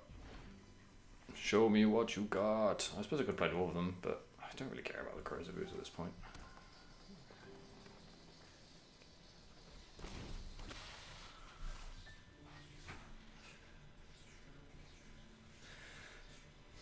Mainly just looking for ways not to punt this game at this point.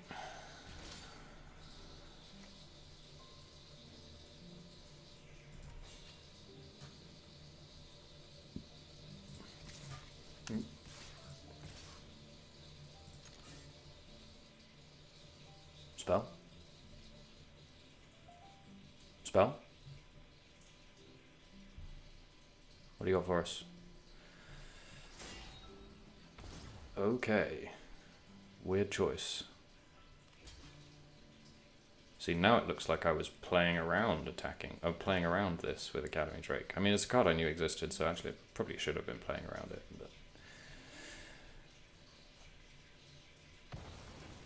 But yep, okay, pal. Oh, they gain life, huh? Alright, I'm gonna play these.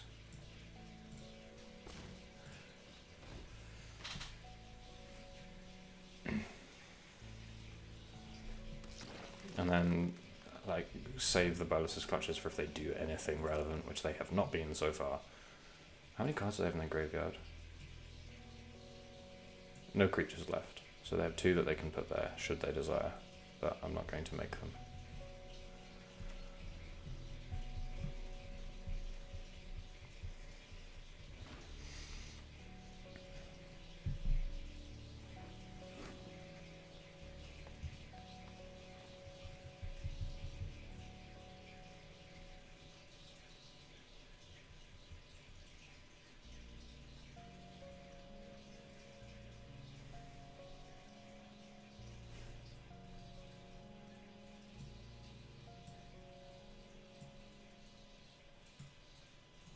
Come on, opponent.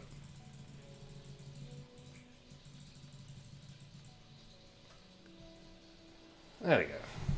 Oh, cool. 4-0. That's pretty good. And we got our gold, which gives us enough to enter another draft, should we so desire.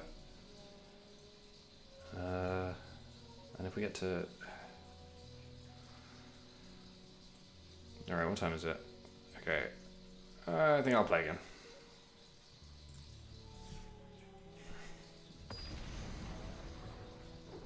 I should rename this deck. It's blue-red mending.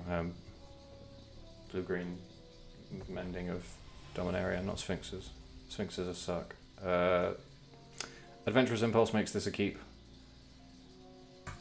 It's again pretty slow, but that worked out very well for us last time, so I choose to believe it will be good this time. Having this to beat our opponent's random, like, bonkers sagas is good.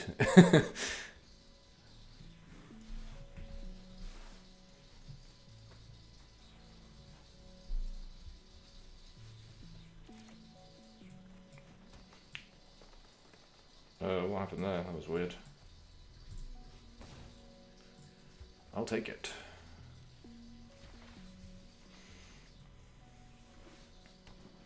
Yep.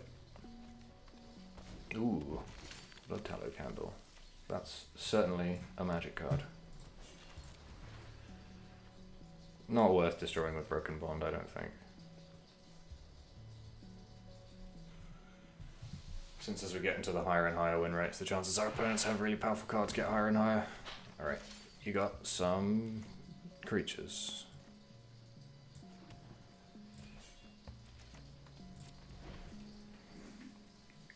we're again just gonna try and do nothing until we can play Cloud Reader Sphinx, and well, it seems to be going well so far. So yeah, like they could candle it, but that's fine.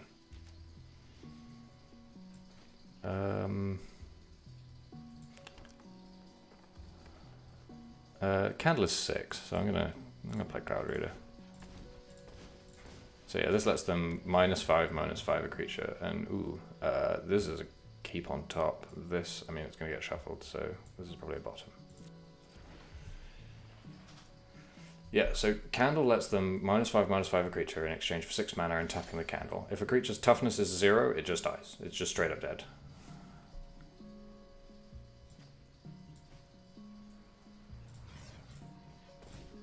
Let's kick.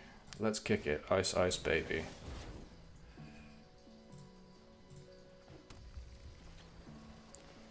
I'm in a mind to attack here.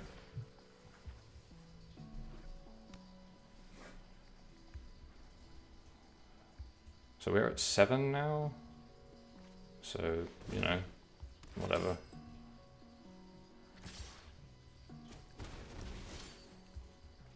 Sweet. 7 happens to be exactly the amount that we need to kick Baloth Gorger. I kind of want to spread out to beat these knights is the thing.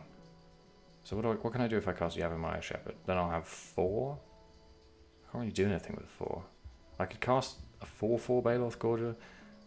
No, I'm going to cast my huge Baloth Gorger.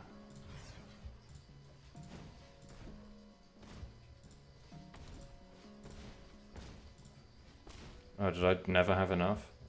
Oh, it's 8 to kick. That's why. It's a 7/7, but it costs 8. Right, gotcha. So in that case, probably Yavimaya Shepherd.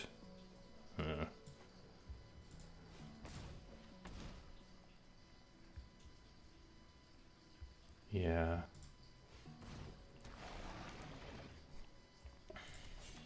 No attackers. Our opponent has a slightly better board than us.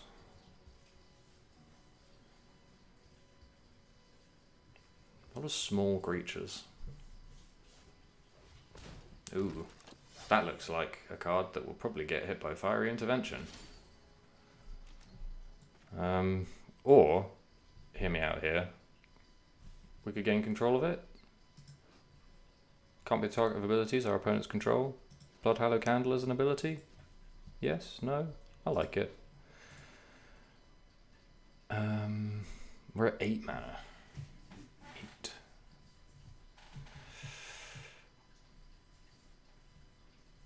So we could kick our Baloth Gorger.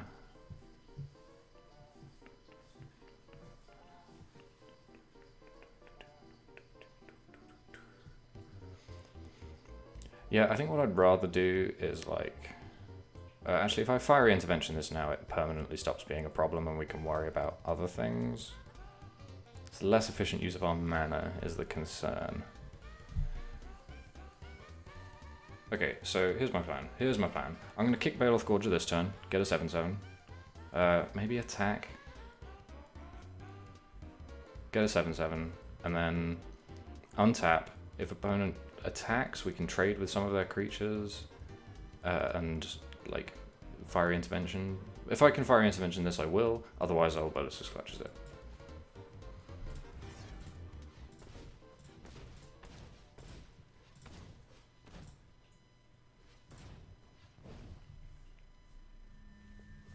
Still feel like I'm not really of a mind to attack. I'd like to block with Cloud Reader.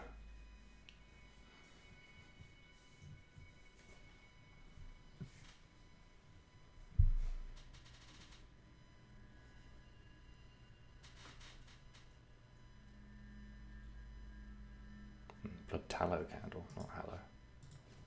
Come on. It resolves. You know it does. You could also concede. That would also be acceptable.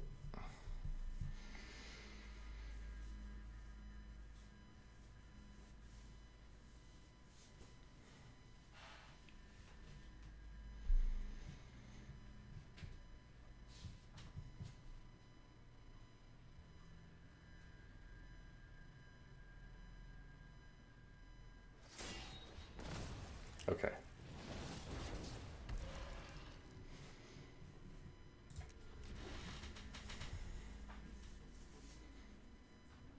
So they put a +1/+1 counter on their legendary creature, and it fought my creature. And because my creature was Cloud Reader Sphinx, only had 3 power, Shana categorically won the fight.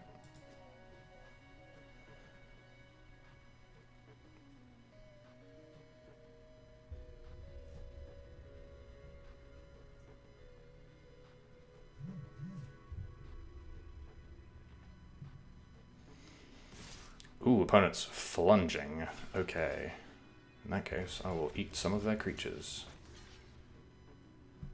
What can they have?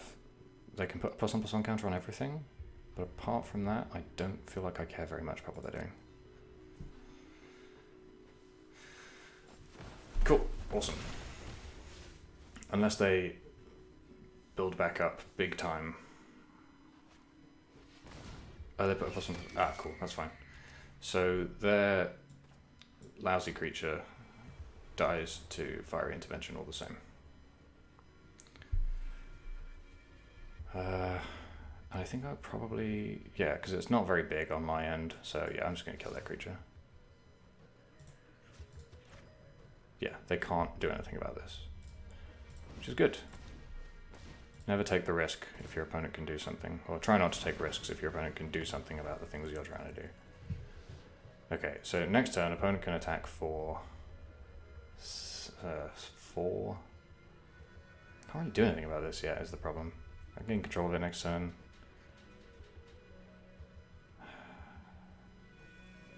No, I'm gonna be conservative and not attack.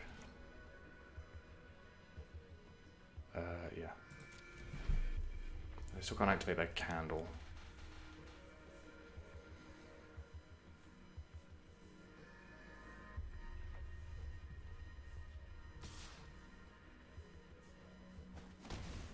Okay, we're at 8. If we draw land, we can just... The board goes in flames. They've got a lot of cards. They've not played very many lands, I guess. Okay, so we're going to probably opt first. Land? Yeah, bottom. No. Do we take the land to play Slim Voda next turn? I feel like we might.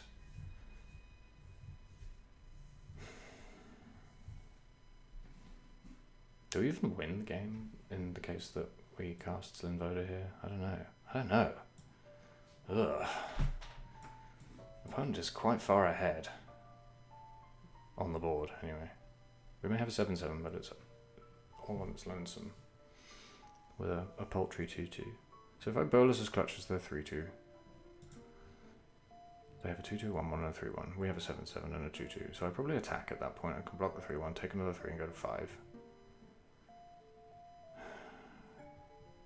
Slim Voda pretty bad with Bolus's Clutches. I think I'm gonna bin the land.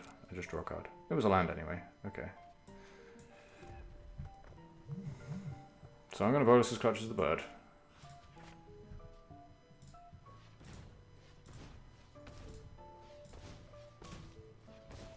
And attack for 7.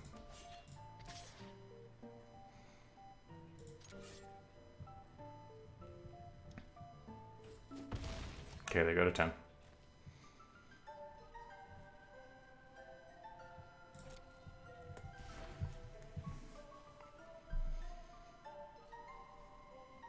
Which leads me to believe they might have an answer for this.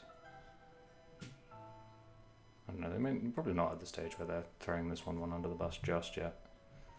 But the 7/7 does get them dead pretty quick. Okay, they're flunging again. I have concerns about this. No tricks. No effects. 1 time. Ooh, blocking the Vigilance creature would maybe have been better, huh?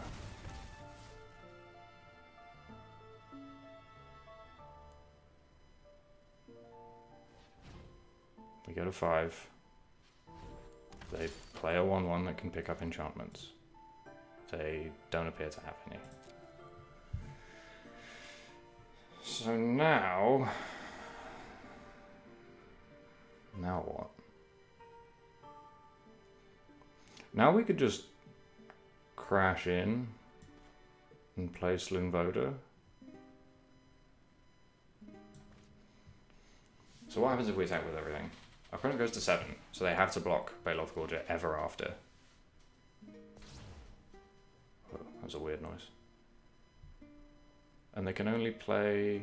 It doesn't look like they can play too many creatures, actually. I think I might attack in and then bounce everything. Oh yeah, because I'll have Slim Voda in play, of course. They have to block that too. Alright, let's get in with everything.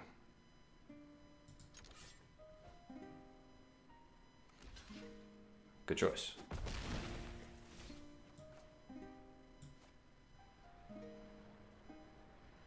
Wait. Yeah, that's enough. Cool.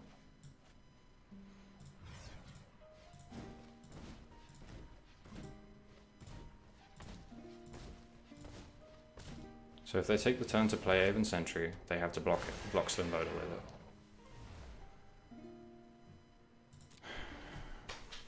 This is actually very close. My opponent has a lot of cards, but not a lot of method to play them.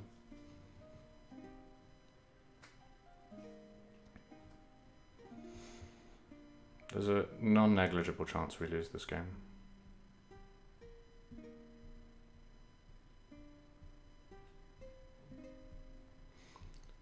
So they play a creature, we attack into it, it blocks and dies. We play a second lethal attacker. That's a pretty big deal. Cool, they conceded. Yes! Yes! Justice. Is that 5-0 now? Nice. So we need to win one of our next 3, and we're freewheeling. One of our next 4. We need to win 1 before losing 3.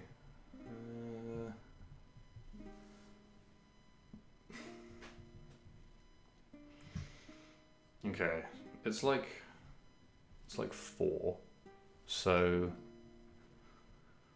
I will play one more game.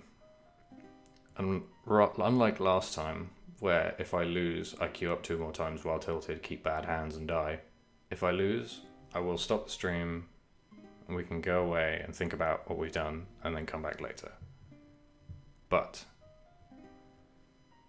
I will play this one game now because it's going pretty well.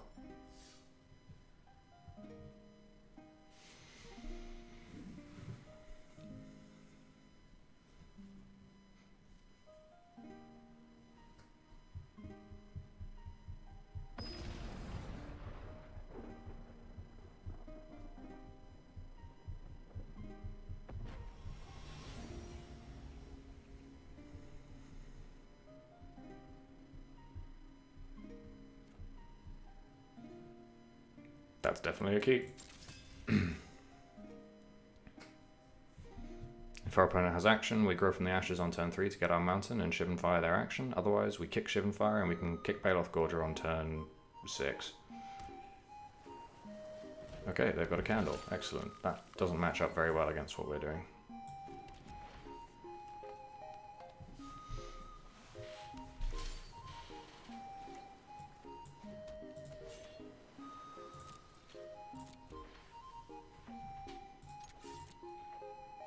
Oh, missed a land.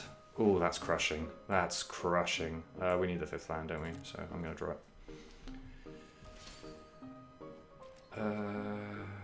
I don't think there's an argument for aggroing them out with the Cloud Reader Sphinx.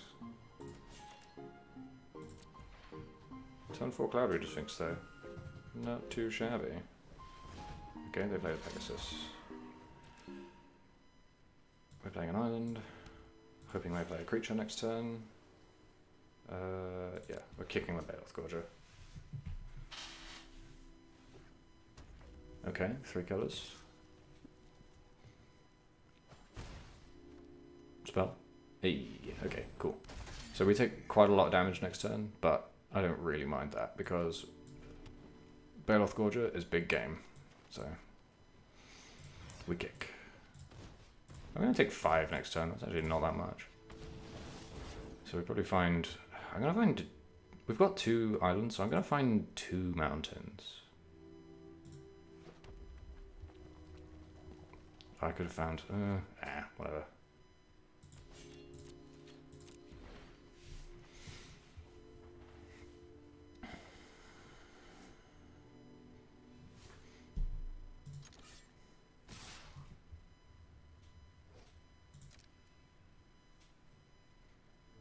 Okay, so our opponent's Cyclops is... Wait. Ah, they can give their Cyclops flying, I see. Okay, called Cavalry. So, playing just a Baloth now is actually maybe not good enough. And we have access to 8 mana next turn. Ooh. Oh, that's actually not great right now. Our opponent's creatures are very interchangeable. So, we have 8 mana, which doesn't let us do very much, actually. Wait. 5, 7, 8. Yeah, that's pretty good, actually.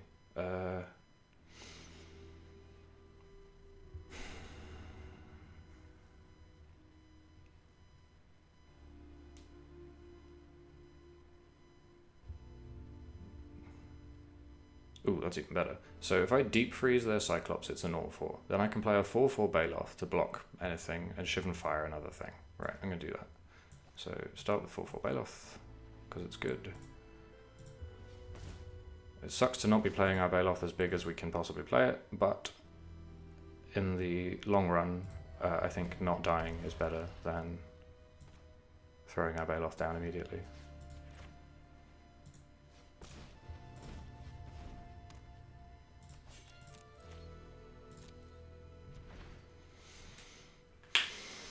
Then we can play Cloud Reader, and I think we're pretty stable at that point. They've got Candle.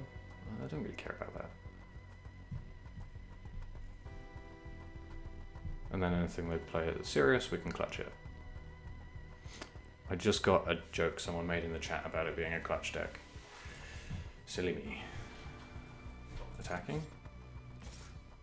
For 1. Oh no. Alright, they're gonna give it flying, sure. That's fine.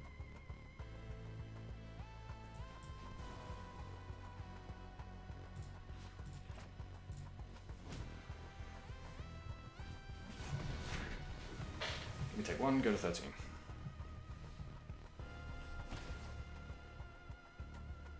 It's 6 to activate. Yep. Okay, opponent is deep freezing our Baloth. That's sad, but not the worst thing in the world. So now we read Clouds.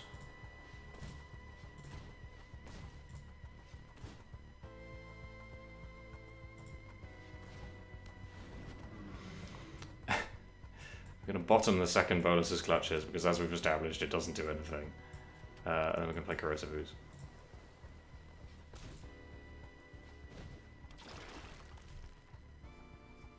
Okay, opponent can't attack now, which is good. We're kind of waiting on gas, or for our opponent to draw gas so we can steal it with Bolus's Clutches.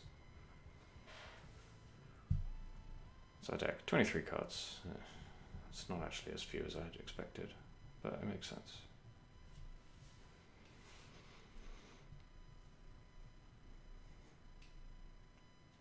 Do something.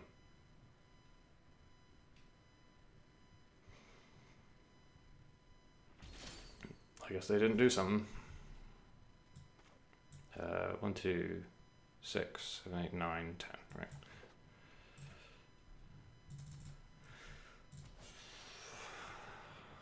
I've got like 100 mana and Bolus's Clutches in my hand. I think my draws are pretty live compared to yours, so I'm not going to attack.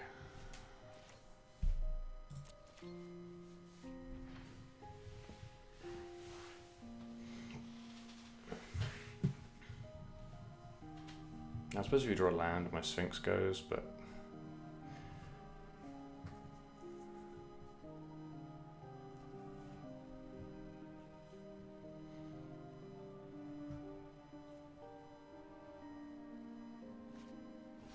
Killed an Overseer. That's a big game. They didn't kick it. Right. Okay.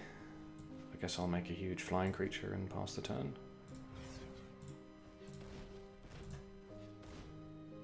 Should I attack here? No, I should probably attack, shouldn't I? Ugh. Math.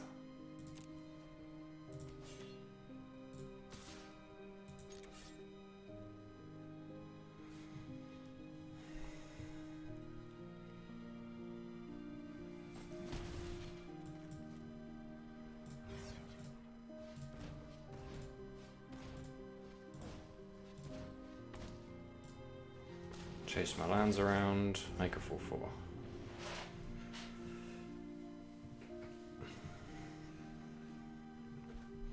Okay, now they can Blood Tallow Candle. Which is kind of a shame, but yeah. Uses all their mana for the turn. So they get to hit me for 4 here, which is actually not that much at this point.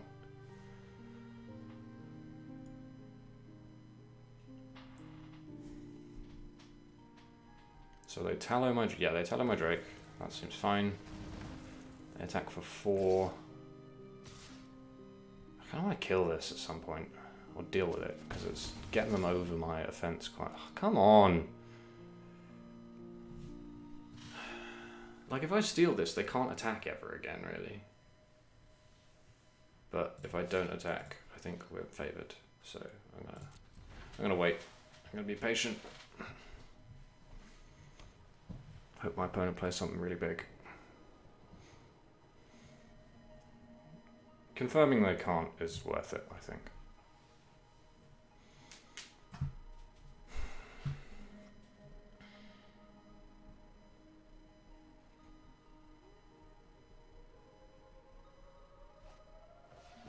Okay.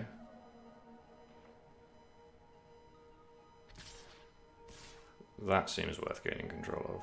So I'll kill their 2/2. So have just first strike. Kill the 2/2, take 3, go to 6. Unless they have a spell. Should be weird. Guess they do have a spell. It's not a very good spell. Okay, so now we can play a forest. Bolus's clutches their Pegasus Courser.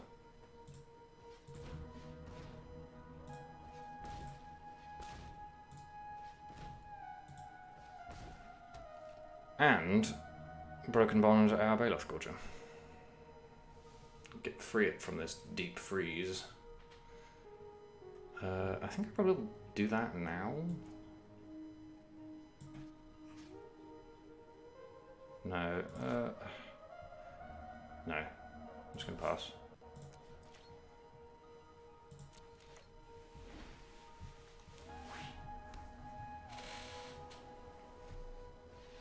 Sergeant at Arms. Get some 1/1s. Okay, sure, whatever. Okay, so now we Broken Bond our Baloth Gorger. And we just probably just like slowly chip slowly chip away with Pegasus Courser.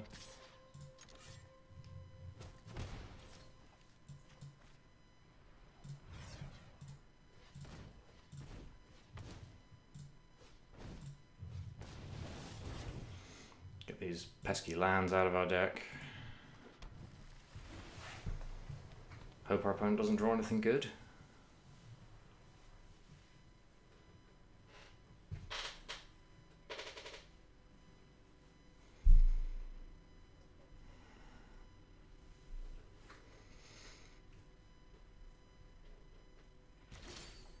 Sweet, that was a good draw.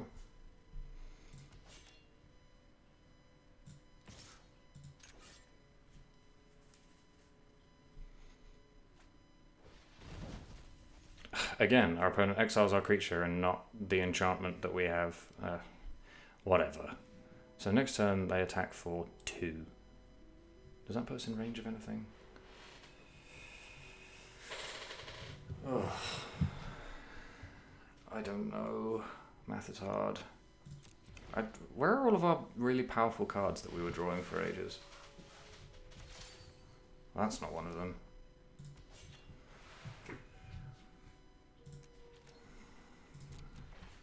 I'm really afraid.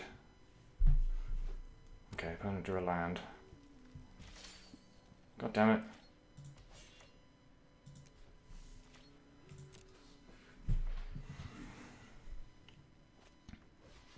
Okay, worth saving our fiery intervention. That's good. That's very good for us. Hopefully they scry some bad cards. Oh, they're empty. Oh, I love it when my opponent runs out of cards. Okay, good. Good, good, good.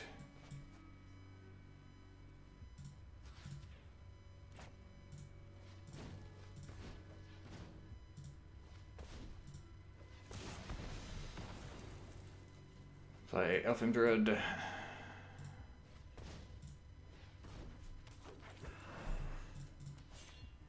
No attacks. Okay.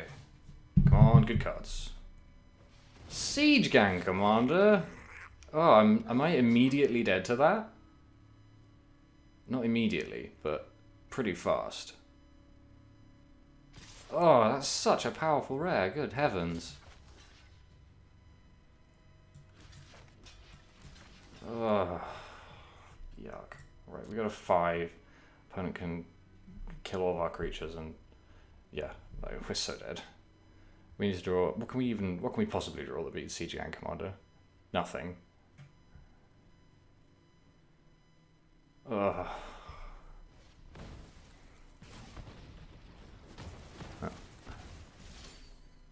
Oh, that does that do it? That doesn't look like it does it. So our opponent pays quite a lot.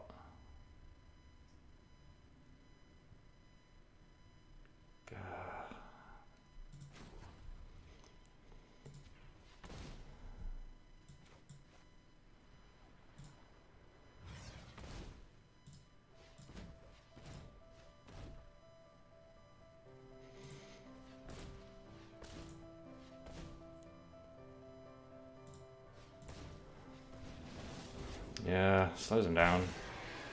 They get their like Cyclops back, which is annoying. What could possibly win me this game? I need to draw a removal spell for Siege Gang Commander immediately, and my opponent needs to have not drawn. Nope, they drew a mountain. That's really, really, really bad for us. They take us to 1 now. Well, we died. That's so tilting, holy shit. Ugh.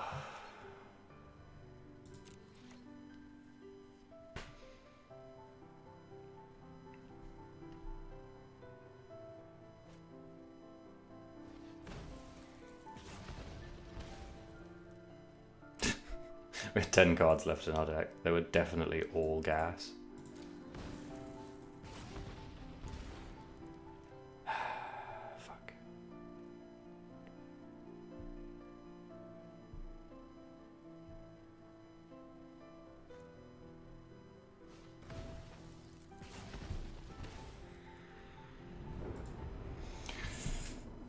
Ugh.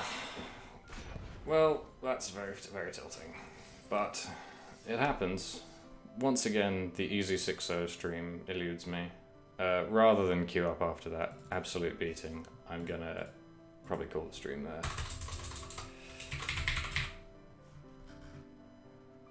Why are people passing the ending of Dominaria? This card seems completely unbeatable. Why? Huh? Oh, I see. It thinks the art is gross.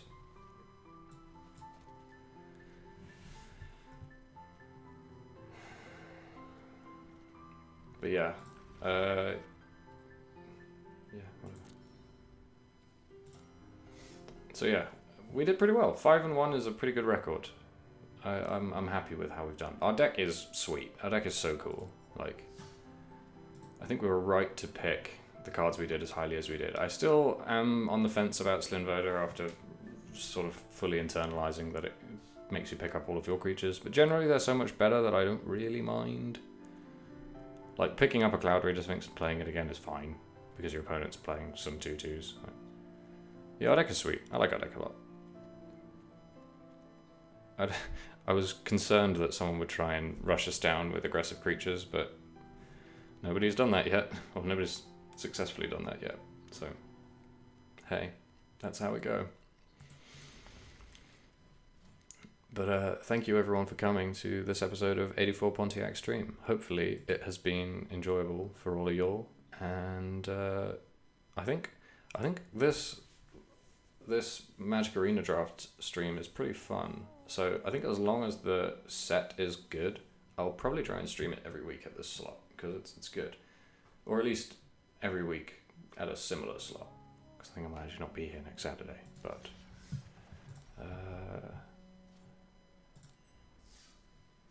Yeah, it doesn't actually say what the next draft is up here, does it? No. So, yeah. But thank you everyone for coming. Thank you everyone who, followed my stream. Thank you everyone. Thank you, Will, for the 3-month resub. And thanks for hanging out in the chat. It's great to talk to you all while I play Magic, because Magic's fun. So, yeah. Thanks for coming down. But until next time, that is it from me, and that is it from you.